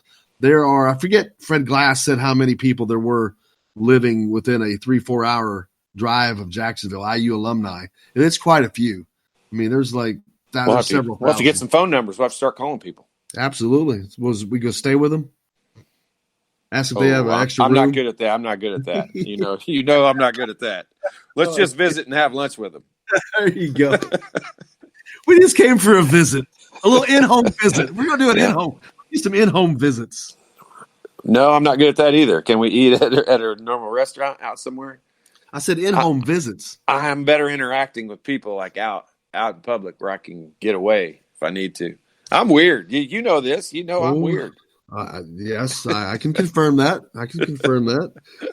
Indiana football. Charlie Spiegel is a running back for New Palestine, who state champ. New Pal, 2 years in a row, back-to-back state champions. Yeah, they got this kid Charlie Spiegel that is a running back for them. Dude rushed for over 10,000 yards in his career. 10,000. I mean, their first thought is he had to be like one of the Iowa basketball players that somehow got 6 years of eligibility. Luka Garza? That's insane. 10,000? He's going to be a preferred walk-on for Indiana. That's one of those scenarios like everybody's going to be rooting for this to be a preferred walk-on. And he ends up being a Heisman candidate at the end of his career because he just he overachieves and super, gets a scholarship and ends up just having a great, great career. I mean, he's got that kind of pedigree going right now. Yeah, and there's a difference. The preferred walk-on is different than your normal walk-on, obviously. Because they're preferred? Well, the term walk-on is used in sports, obviously, for kids that don't get scholarship opportunities. But the preferred walk-on, do you know the differences between what they get and what they can't? There's always so much. It used to be walk-ons weren't allowed to participate in a lot of the things the scholarship players were doing. I don't know where those lines have changed now. Yeah, I honestly don't know that either. I think it may have even been. I'm speaking outside of my knowledge limit here, which is pretty regular, but I don't know if football is different than basketball because I really felt like there were some rules. It was almost there were some rules with travel and all that kind of. They could participate in practice just as much as everybody, but there were some rules with travel and that. But also, I think that might have been different between football and basketball. I'm not sure. I think a preferred walk-on, I talked about that. They don't get a scholarship, but a preferred walk-on means that they can earn a scholarship going into their second season. Nothing's guaranteed, but that is a distinct possibility. Well, I mean, and I also think they have walk-on tryouts. They'll have basketball has it as well. I mean, do they still have that? I'm pretty sure they do. And I don't think Indiana does. I think they just bring in who they want. It's very possible. No idea. Because they brought that kid in from North Carolina. It's a kid that they probably want to recruit and they want to give a scholarship to. They just don't have any available, and it's one of those scenarios where you're looking at it maybe in a sophomore season, saying, if we don't, it such and such will be gone through graduation or the NFL or whatever at this point, and at that point we will offer you a scholarship. I mean, that's just what seems to make sense to me in what you would use that for. But still, you got a lot of kids that I don't think would be in a position to be able to accept that and move on. I mean, I don't think I would have. I'm looking at Google. I Googled something and it says best walk-on football players. Holy crap. J.J. Watt? There's no way he was a walk-on. I'm pretty sure I've seen that story before. Yeah, he was a walk-on. What? Yeah. Antonio Brown. He's a mental case. Clay Matthews. Yeah. Jordy Nelson. That's nuts, man. I mean, there's so many of those stories that are awesome. I mean, that's kind of what's cool about it is, that's what I mean about this kid. I mean, he's obviously insanely talented. It'd be an awesome story down the road to be able to put him in a category like that and say this dude is a Heisman Trophy candidate and had to come to school as a walk-on. I mean, that's when a kid really wants to go to IU, and that's what makes me. I love that. I truly love that. If Coach Knight, I have said this, and it's not like trying to rip any other schools.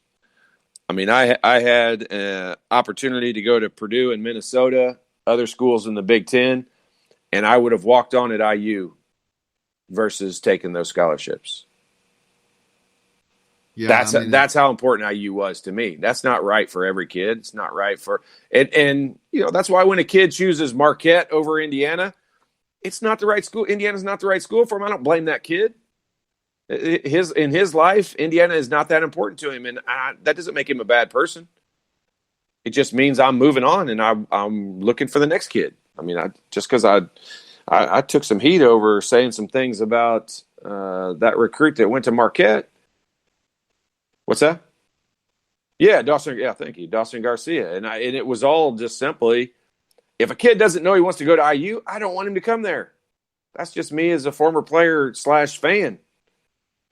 You either know right away or you don't. And I think the bigger issue was he kind of knew way before his announcement date. Based on what he said. Yeah, on what he said at his announcement, he knew a long time ago. And that's where I had an issue with it. Then quit just letting everybody adore you and letting everybody tell you how great you are from all these other schools. If you know that's where you want to go, say it. It's that simple. Indiana taking on UConn tonight. Don't forget, after the game with Todd Leary. Tomorrow morning. Coming to you tomorrow morning. Coming to you live here in the AM. Breakfast is served. Yeah, looking forward to that. We're going to find out what kind of egg sandwiches they have at Yogi's. We're going to find out what kind of audience we're going to have at 11:30 tonight. Yep. But we appreciate our fans. They're awesome, man. They're awesome. They do a great job. Speaking of which, if you listen to the post-game show after the game with Todd Leary and you do host a watch party, whoever does that and gets the most viewers, we're going to give you – what are we going to give them? We'll give them $50 Yogi's gift card. Come on. 50? Yep. How about 30? 50. 30. I don't have them in increments of 50. I'll take care of it. Anyway. The watch party's got to have at least a certain number of people. I mean, you can't have 3 people on there and win. No. But you get a certain – what's the number they got to have? But see, do 50? We do what – now, is it fair to do 100? That? Is it fair to do that tonight? Probably not. All right, we're going to save that. We're not going to do that tonight just because it's not fair. But we'll do that at the next one when it's a better. If someone's hosting a watch party at 11:30 tonight, that person deserves special attention from us. Absolutely. Well, they all do. We love them all. Hey, that's right. Tim texted in that late. Except for Tim. Hey, he says we should be eating White Castles. That's the smartest thing that's been said today. Not a bad thought. Nope, That's not that's a bad thought. That's that sets up, man. You know, I pass it on the way home.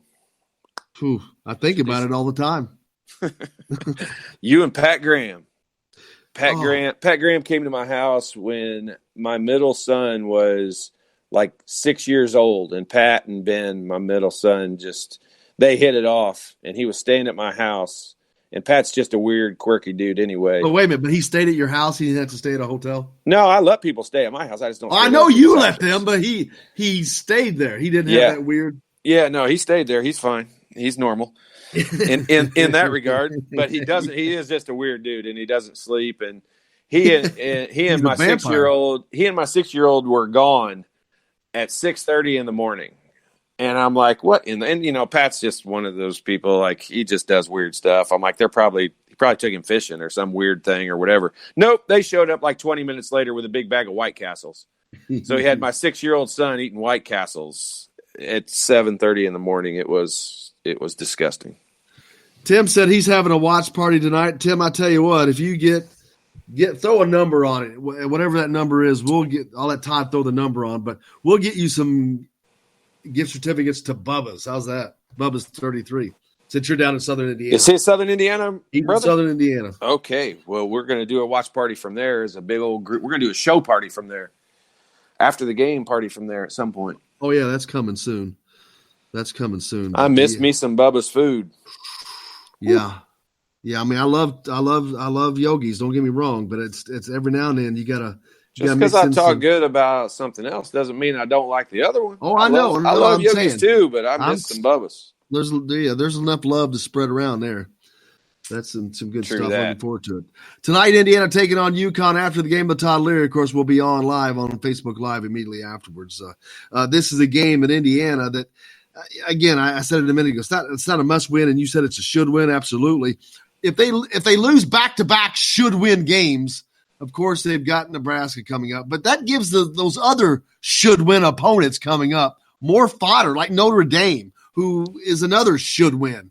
But when you give those teams some kind of thoughts that, hey, man, we can actually play with these guys, you give them that confidence, and that manifests itself into real confidence sometimes. Yeah, it does. It's not going to happen this time, though. I mean, you're totally right in what you're saying about that. And if it becomes a trend, then, you know, we're gonna have a lot of bad shows to talk about, you know, the effort and what's going on. Indiana is a better basketball team. They have better individual players than UConn. Indiana will win this game tonight. We'll look back. I'm pretty certain we'll look back on that Wisconsin game, you know, at the end of December, and we'll say, hey, they went 5-1 through this stretch. That was a first road game. We're going to make up a bunch of excuses why they played terrible, but they played terrible. I'm not saying anything other than that. They played awful, and it's going to be the anomaly of the month because I think that they'll come back tonight and play really well. They'll beat this UConn team, you know, I think fairly easily tonight. They'll win. Obviously, Friday at Nebraska. Wait a minute, you're saying Indiana is going to easily win this game tonight? Tonight, yeah. I think they'll win by 10-plus points. You don't think so? I choke you up already? Yeah, I didn't know what to say. You don't think so? I mean, I've watched UConn play 4 basketball games. It's not – I'll be honest with you. It has nothing to do with UConn. I don't know what Indiana team is going to show up. They've had one game where they didn't show up. Yes, it happened to be the last one. They've only played it's the one freshest on our mind.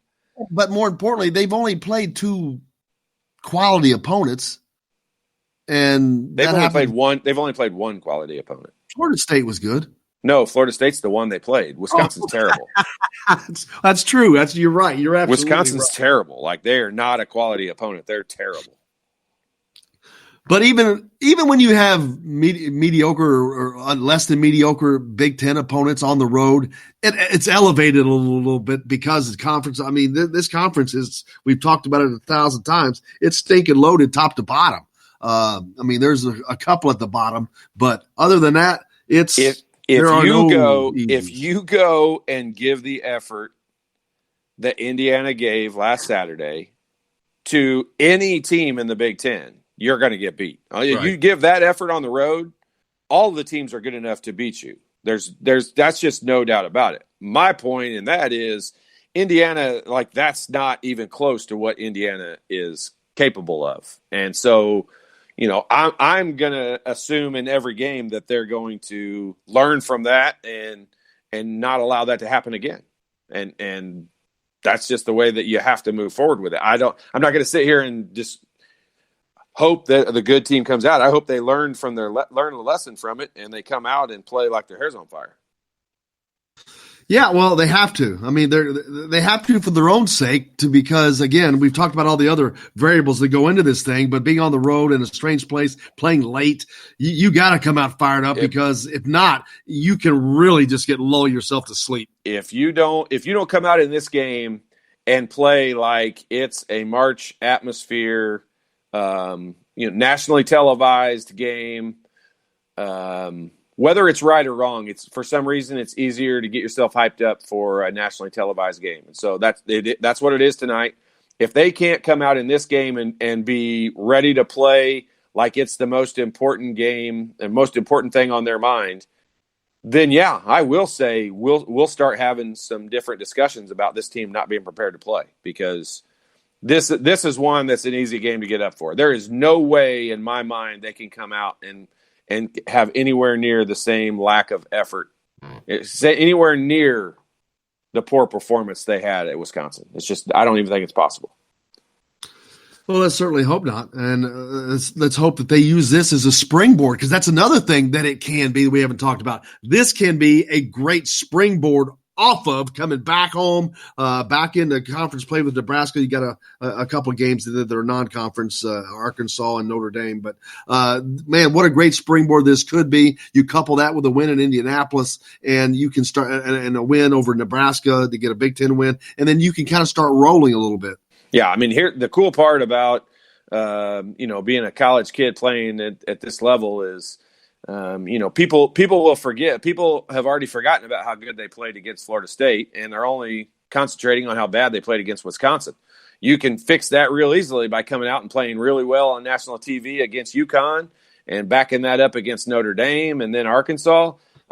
Everyone will put Wisconsin way in the back of their mind at that point. I wouldn't say Indiana fans will forget about it, because we'll always be a little bit question mark as to how they're going to get started in a game, but we'll put that way on the back burner if they're able to come out and have three really good performances, and they're super capable of it. I mean, I guess I'm just overlooking Nebraska in all of that scenario, but if they've got a 4-game stretch right now, that they should win all 4 games. It's that simple. I mean, they're better than UConn. They're going to play Nebraska at home. They're better than them. They're going to play Notre Dame. They're a better team than Notre Dame, and they're playing on a neutral site. And then they're going to come back home and play Arkansas at home. That's 4 games Indiana should win. And I don't think a 3-1 stretch out of that you're going to say is successful. That's a 4-0 stretch. Tebow asked a good question. Do you feel like when you play a bad team that can rub off on you and you end up playing? It's playing to your competition. Yeah, basically. I don't understand why that's a thing. That's like the black hole. I mean, I'm just trying to figure out that whole thing of why it's there, but it's just it's just a factor of what happened. I mean, I don't know why. You just seem to play. I always, you go back to high school days, like you play better against better competition, and that's why I think some AAU basketball is really bad for players, because you'll go into a tournament in a weekend and you'll play 7 games and you're going to play 5 really, really bad teams and beat them by 40.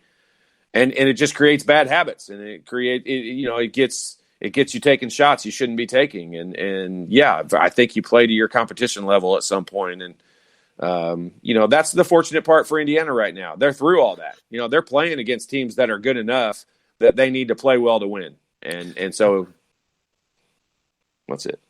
That's the difference between great teams and other teams. Great teams destroy everybody. They just have a mental load where they just come in to beat you to death. They don't care who you are. I can't remember. Look at Calvert Chaney's senior year. I can't remember how many different games we won in the Big Ten, but we won so many games by more than 20 points. It was insane.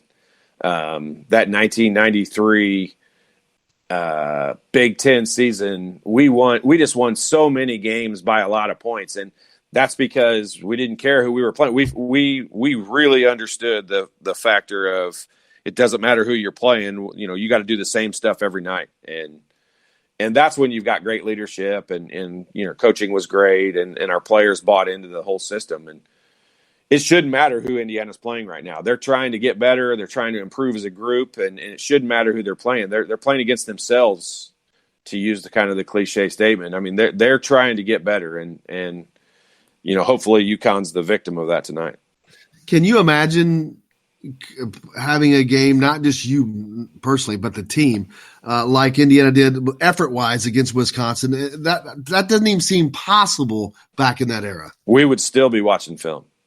Like game time tonight, I know when we played Kentucky, who was number 1 in the country in 1993-94 season, my senior year, we played Kentucky at the Hoosier Dome, and they were ranked number 1, and this was coming off of a loss to Butler. And I've told this story a bunch of times, but we had a full 2.5-hour practice. The game was a 3:30 CBS game, and we had a full 2.5-hour practice that morning.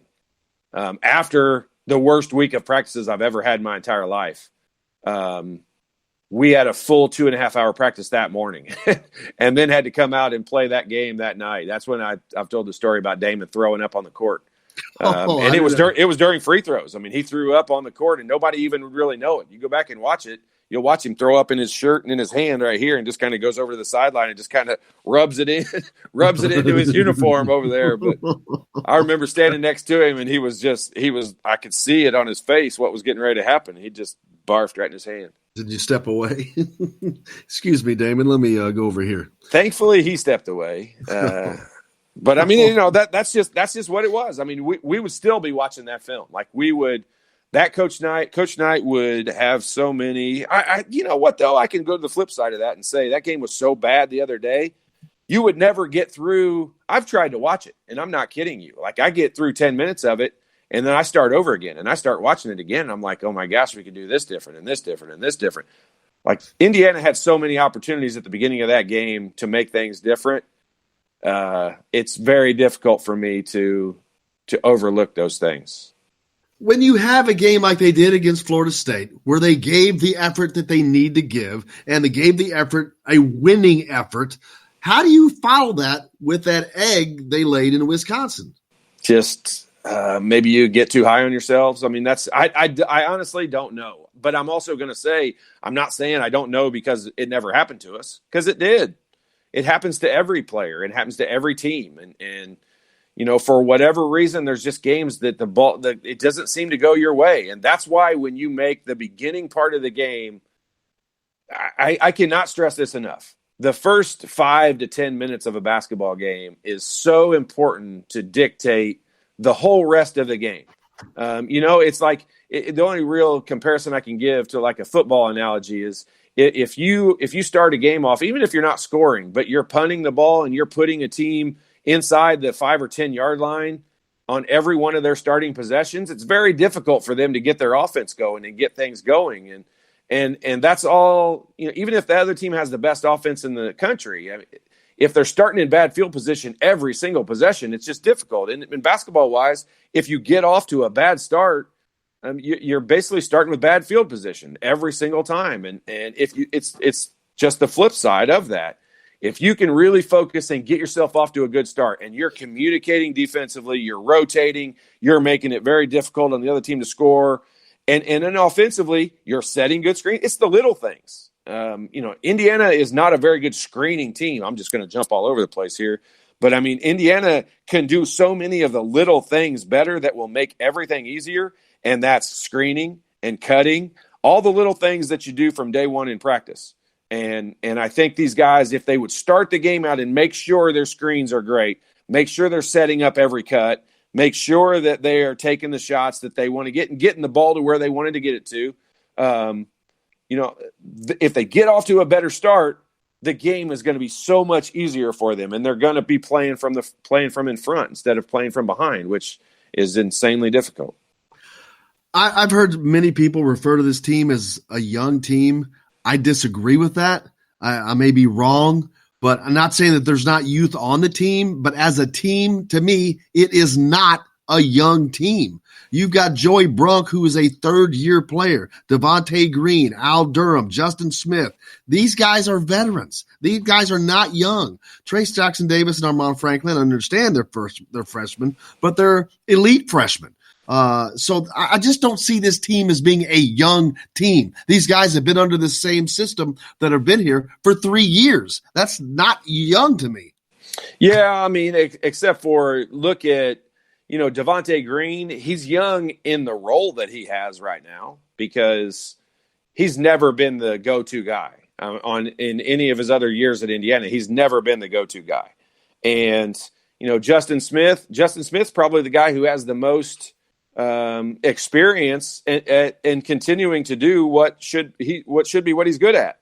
And, Justin Smith's the guy who's played a lot of minutes and his role hasn't really changed. He should be a rebounder, / defender / making it difficult on the other team to score, set good screens and get putbacks and get rebound baskets and offensive rebounds. And so his role hasn't really changed. Obviously Trace Jackson Davis and Armand are freshmen, but Al Durham is a guy who I think can provide, probably a big amount of leadership for this team. He and Devontae are kind of the most seasoned guys for this basketball team. And I think Finney was a starter from day one for him as a freshman. And so in his second year, I mean, he's got probably, 2 years worth of experience already because he plays most of the minutes in every game as a freshman. So they're kind of young in the roles that they're playing on this team. Now, none of those are excuses. This team is playing under a system they should understand. They should know it's nothing new. And we're just beating the drum here of how bad they played against Wisconsin because they showed they understand what they're supposed to do and how they're supposed to play. There's still, even the Florida State game, there's still some little things they could clean up that would make them even better and get to where they can compete with anyone. And if they get off to the same start they did in Wisconsin, they're going to struggle to beat anybody. But I don't see that as being a thing. Let's take a quick break before we come back and wrap up the show, get our last break in. You're listening to Indiana Sports Beat with Coyle and Larry coming to you from the Golf Club at Eagle Point Studios. We're back with more right after this.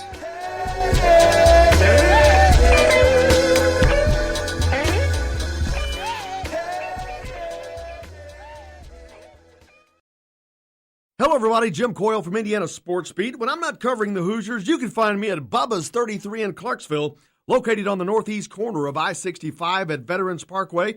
Bubba's 33 has hand-tossed pizzas, bold burgers, and ice-cold beer from a select list of local craft brewers. An incredible food selection, all made fresh daily. Whether you're meeting the team for that post-win meal in the family dining area or meeting friends for happy hour to watch the game on one of Bubba's 50 TVs. Bubba's 33 in Clarksville. Pizza, burgers, beer. We all want a winning smile for those championship photos, and that's exactly what you will get at Reynolds Family Dentistry in Sellersburg. Reynolds Family Dentistry has been serving the dental needs of Hoosier families for over 30 years. Let Doctors Roger and Jay Reynolds take care of your family. Just off of I-65 at 809 South Indiana Avenue in Sellersburg. Call 812-246-3368. That's Reynolds Family Dentistry, 812-246-3368.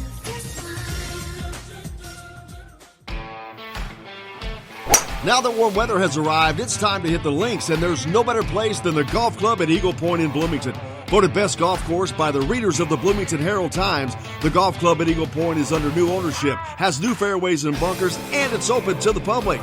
When the round's over, there's cold beer and a full menu at the Eagle Point Pub and Bistro. Call 812-824-1100 to make a tee time. That's 812-824-1100. The golf club at Eagle Point in Bloomington. This is A.J. Moye. This is Dan Dockett. Hey, this is Michael Lord, former Indiana basketball player. This is Indiana football coach Tom Allen. This is Jim Coyle with the Indiana Sports Beat. You can always like and follow us on Facebook. Always follow the show rebroadcast on iTunes, Google Play, iHeartRadio, Spotify. TheDailyHoosier.com is a great place to sign up for each and every day. Or, of course, on 97.7 The Ref in Evansville. For the best recycling and waste removal service, turn to the area's leader, Sweetland Waste Removal and Recycling, a homegrown company serving southern Indiana since 1995. Sweetland Waste Removal and Recycling serves Floyd, Clark, Harrison, and Washington counties. For excellent service and peace of mind, call Sweetland Waste Removal and Recycling today at 812-944-5642. That's 812-944-5642. Keep life sweet with Sweetland Waste Removal and Recycling. I'm Rain Shaddy, and I'm a Hoosier. As a toddler, you could always find me running around in a cream and crimson onesie and a red IU hat reminiscent of those worn during the world-famous William Tell timeout, shouting, "Go Hoosiers!" Like many other alum, I chose to make Bloomington my home. As a civic and alumni leader, I have become very knowledgeable about our community and would love to share my insights with you as your realtor. Find me on Facebook or call or text me, Ryan Shaddy, with FC Tucker Bloomington Realtors at 765-623-9093. This is former Indiana basketball player Brian Evans, and you're listening to Indiana Sports Beat with Jim Coyle.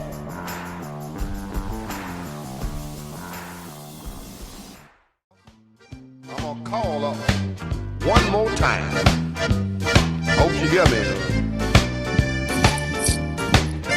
Welcome back to Indiana Sports Beat with Coyle Leary here on this Tuesday, December 10th. Thanks a lot for joining us. We appreciate you. Make sure you share the show wherever you find it. If you're listening to it on radio, of course, you can't do that. But if you listen to it as a rebroadcast, podcast, whatever, send her out. Spread the news to the masses. We appreciate you. Todd, a lot of other games tonight. Notre Dame, a future Indiana opponent, a 20.5-point favorite taking on Mike Davis and Detroit. Yeah, I mean, you take on that team, there's really only one guy you need to try to stop when you're playing Detroit. And his name's Davis, too. It's funny how that works out, isn't it? Yeah. Maryland, how about this game? Maryland's at Penn State. Do you know the spread on this game if you haven't looked? Maryland at Penn State. I'm not looking. I'm staring up in the air. Maryland at Penn State. I will say Maryland by 4. Penn State 1.5. What? You sure you're reading that right? Dude, I'm telling you, yeah. I can't read very well, but numbers I'm okay with. And there we go. Penn State 7-2. They're at home. I'm telling you, Penn State's one of the teams in the Big Ten that is.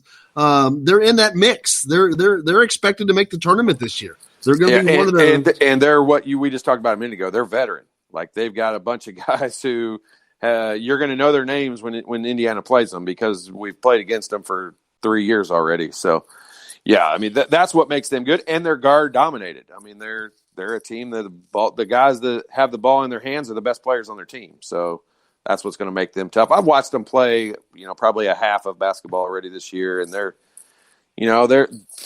I said it from the beginning of the year with them. Like that's going to be a very difficult game to win.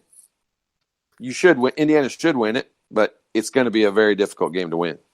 The first game tonight in the Jimmy V Classic up in Madison Square Garden in New York, Louisville taking on Texas Tech. Texas Tech, a Final Four participant last year. Louisville, currently number 1 in the country. They're only a 6.5-point favorite over a team that's lost 3 straight. I think that Louisville is – I know Texas Tech plays great defense, and this is a different stage under the big lights, so that may change things. But, man, Louisville should more than double that. Yeah, I mean, you would think so. Just looking at it, I would. If you were forced to bet that one, that's one I think you have to take the favorite. I mean, there's Louisville is just superior to Texas. Texas Tech is being given a lot of credit for their run they made last year, which was an incredible run and fun to watch. But I think there's still kind of a little hangover effect with that. They're getting some credit I don't know they deserve. Of course, Indiana takes on UConn. The Hoosiers are a 2.5-point favorite there. Todd thinks that they should win that game by more than 2.5 points, I'm assuming. Yep, no doubt. I mean, if you're going to talk should, yes, without question, Indiana's a double-digit winner in this game. Now, I think we're all a little scared based on what we saw Saturday at Wisconsin, but I don't expect that to continue. I don't expect that to be the same. So, yeah, Indiana should easily cover that one. Another game that we won't be able to watch, Butler at Baylor. Number 18 Butler 9-0 against 7-1 number 11 Baylor. Baylor's a 5.5 point favorite. Man, that looks like that should be a really good game. Boy, what a you have to give Butler some credit for scheduling a tough game this time of year. I mean, I guess they wouldn't have known Baylor was going to be number 11, but a road game at Baylor this time of year, give Laval Jordan and those guys some credit. And they're 9-0. I mean, they're quietly 9-0. I know they jumped up there in the rankings, but they're kind of quietly 9-0, and they've played a pretty solid schedule so far. So that's a good 9-0. And he's got a good recruiting class coming in for next year. Yeah, I mean, when you say that, like what makes you say that? By the rankings, I apologize. Oh, okay. By the rankings of people who have no idea what they're talking about. Yes, you are correct. From all we have, should do. I should start ranking. I was just getting ready to say you need to start the Todfather ranking. I should start ranking fishermen. No, I should start ranking fishermen. It's something I don't know anything about. Good Lord. Only Todd Leary could have thought of that. I mean, where did you pull that out of? That's the equivalent. That's how ridiculous those people who rank this stuff is. Like, that's how I know just as much about fishing, which I know nothing. I haven't been fishing in 45 years. I know as much about fishing as those people know about basketball. Yeah, I wouldn't disagree with that. You better not, or I'll argue you like crazy. Indiana takes on, Tennessee in the Tax Slayer Gator Bowl. We're just happy it's the Gator Bowl, and that's not true because the players and coaching staff aren't. They're ready to go win a game. Oh man, but they're stoked because of where this is. We're still just giddy. It's the Gator Bowl and not the Pinstripe Bowl. Oh my gosh. Thank you again, Oregon. We really appreciate you for manhandling Utah and setting this whole thing up. Talked to Tom Allen the other day about this game, about the opportunity to play in this game. It's a great situation for Indiana, a unique situation in that it's the day after New Year's, all these bowls, the January 1st game, and then you got the semi-national semifinals and all that stuff, bracket around it. But on the day, Thursday, January 2nd at 7 p.m. when Indiana plays, there are no other football games on television. No pro games, no college games, no bowl games. It is it. And it is going to be a great, great opportunity for Indiana to use that for a lot of different things, to promote the program, to promote recruiting, all that good stuff. I asked Tom Allen about playing in this bowl under that circumstance. Coach, the bowl in Jacksonville is very important for a lot of different reasons, but talk about the different benefits it's providing you besides being in Florida. It's the only game that night. There's no NFL game. There's no other bowl games. It is going to be Indiana, a 3-hour commercial. Well, you're correct, and it's a national stage that you get to play on against a nationally recognized football program and a nationally recognized bowl. All those things combined in the time of year, as you mentioned, when we have a chance to be the one thing that everybody's watching when we're at home, and I just being raised in the home of a coach and watching all these bowl games, since I was young enough to remember, I just to me it just means a lot, because you just sit there and you dream of one day being in that situation, to be a part of one of those, either as a player or as a coach, and now to have that is pretty awesome, and I know our guys feel that way. And they said the location is huge. Some of our guys are from the Southeast, and they wanted a Florida Bowl really bad, and that you never know how it all is going to play out. There's a lot of variables that go into which bowl you get selected to play in. But I do know that just a great reward for a lot of hard work from a lot of individuals on our team, and the coaching staff and the training staff and all the guys that have helped us, the recruiting staff and everyone. So I know, and the practices, you can't put a price tag on that either. We're a young football team, and to have those extra practices now are going to be huge for us. You basically have a whole extra set of spring practices in addition to what we'll have afterwards in April and May. So, and then the chance just to continue to build on the momentum that we have in recruiting and to be able to get recruits to be able to watch us and just take advantage of all the benefits of being in a bowl in that time of the year when everybody else is sitting there watching. There's Coach Tom Allen, Indiana's football coach, talking about the opportunity of playing in the Tox-Slayer Gator Bowl in Jacksonville, January 2nd. Only the third ever January Bowl. And if you'd have put that on a trivia question to me a week ago, I would have missed that because I only thought that there had been one other January Bowl, the Rose Bowl. I didn't realize that, and it may have been the Peach Bowl that I was at against Tennessee that was actually in January. And I don't remember that, because the Peach Bowl was not I didn't think it was a January Bowl back then, but apparently this is the third time they played. You also probably don't remember it because it's an insignificant stat. Something to talk about. But this is the first Florida Bowl for Indiana in program history. That's a major thing for them. Again, mainly we talked about because they have more Florida players on their team than any Big Ten program going, and that is going to be huge for recruiting. I mean, how big is that for Tom Allen to use this thing as a platform to further his recruiting down there?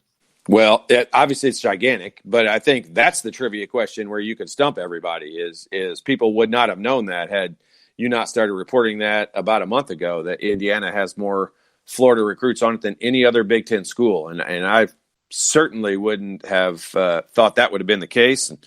It's not to say, we heard our guest yesterday. I can't remember who we had on, Mike Schumann yesterday, talk about, Florida and Texas to football recruiting are kind of like Indiana is to basketball. And so that gives us a good analogy of what you think of when you think of the level of talent that comes out of there. And for Indiana, to bring those warm weather kids up to a cold, I'll call it a cold weather football environment, you're obviously doing something right and you're building a culture they want to be a part of. So this can only help out. And once you've got, here's the real important part. Here's what makes programs a true culture is when you've got kids that are there that, they still stay in contact with a lot of kids they played against and are friends with, and a lot of kids they played in bowl games with that are back in schools and are still back in high school. And so for them to be able to help you recruit other kids, I mean, it's like a pyramid program where you can have these kids help you start recruiting other kids, and it can only be a benefit to go back to Florida and play a bowl game when you've recruited so heavily out of that area. Absolutely. And he's doing a tremendous job, and this is just only going to add to that. I mean, the success that he's had to me is still mind-boggling. The success recruiting down there, mind-boggling, even though that he had the connections to get those kids to come to a program that basically is, let's just be honest, it sucked for a long time. So to get those kind of kids, that elite talent to come and play here, that's a masterful job. Yeah, it is. I mean, there's a lot of pieces to the puzzle that you had to put together, in order to get kids to do that. And bringing in a great offensive coordinator helps with that kind of thing when you've got kids that want to come here and play in that kind of offensive system. But, you think back on, I'm going to go back to when I played and you had Bill Mallory as the coach of the football program. The football program was pretty good. And I went to a lot of the things for the varsity club in the summertime and played in some of their golf outings and that around the state of Indiana. And Bill Mallory traveled around with them a bunch, and he would always talk at those things. And I kind of compared Tom Allen to Bill Mallory in the regard of when he starts talking about the program, there is no question about his loyalty and excitement about it. I mean, Bill Mallory would have everybody in the whole golf outing, pumped up and ready to go break the door down and play a football game. And I think Tom Allen does that. I think he does that at the press conferences he has with everybody. I mean, by the time he's done talking, you want to walk out the door and start fist fighting somebody just because, you're just pumped up and ready to go. And when he goes to in-home visits and goes and talks to kids, I mean, kids don't forget that. By the time he walks out of there, I mean, you're ready to suit up and play tonight. And that's one of the real important things he brings to the program and brings to, his system and the whole group in general. So you got to give him a lot of credit for his ability to go down there and do that, because it's not easy to drag kids out of that warm weather environment when you got to basically drag them through all the SEC schools, cities to get up here. And those warm weather cities, that's part of the reason why the SEC is more successful and a better overall conference, I think, because they get to play in warm weather. Yeah, the emotion of Tom Allen is no secret. It's not. When he was running off the field after they knocked off Nebraska this year, I was down on the field, and thank God he didn't see me or anyone, and it could have been anyone that he knew. Once he left, he had to do his TV responsibility interviews after the game, and man, he was wanting to get over to where the fans were. The team had been there singing to him, and he didn't get to participate in that because of that. But boy, when he got done with that interview, he made a beeline for those fans and was slapping high fives. And I'm like, thank God he didn't see me and give me a high five. He'd have tore your arm off. Yeah. I mean, he was excited. Wow. He was excited. And that's one of the things you got to love about him. I mean, you got to, he is an Indiana guy and man, you like that. You really like, as an alumni, I love the fact that my guy it's not a stepping stone job for him. I don't feel like, I don't feel like he's here for the long haul. I feel like he's here because he wants to be at Indiana. And that's a pretty easy selling point. He's a good salesman when it comes to walking into a high school kid, talking to him and his family and letting them know, hey, look, I'm at the place I want to be at. At the end of the day, I'm at the place I want to be at, and I'm going to be here. And here's the system your kid's going to play in. And not every school can walk in there and say that. I mean, you look at the coaching changes that go on every day right now. I mean, it's not every program can say that. And yeah, that's true. That's right. We're going so long. Everything's going well today, but I forgot we got to get everything sent out. We appreciate everybody joining us today, listening. We appreciate Chronic Hoosier, of course. Look forward to tomorrow. Matt Weaver's on the program. We're going to talk. Indiana's talking about Indiana football recruiting. They've been knocking down commitments this week as well. So we'll talk about that with Matt. And, of course, we'll wrap up the Indiana UConn game from the Jimmy V tomorrow. Don't forget, after the game with Todd Leary tonight, live from Yogi's on Facebook Live, immediately following the game. So join us then. So thanks to Jake for keeping us on the track. My main man partner, Todd Leary. I'm Jim Coyle. Until tonight, I will see you on the radio.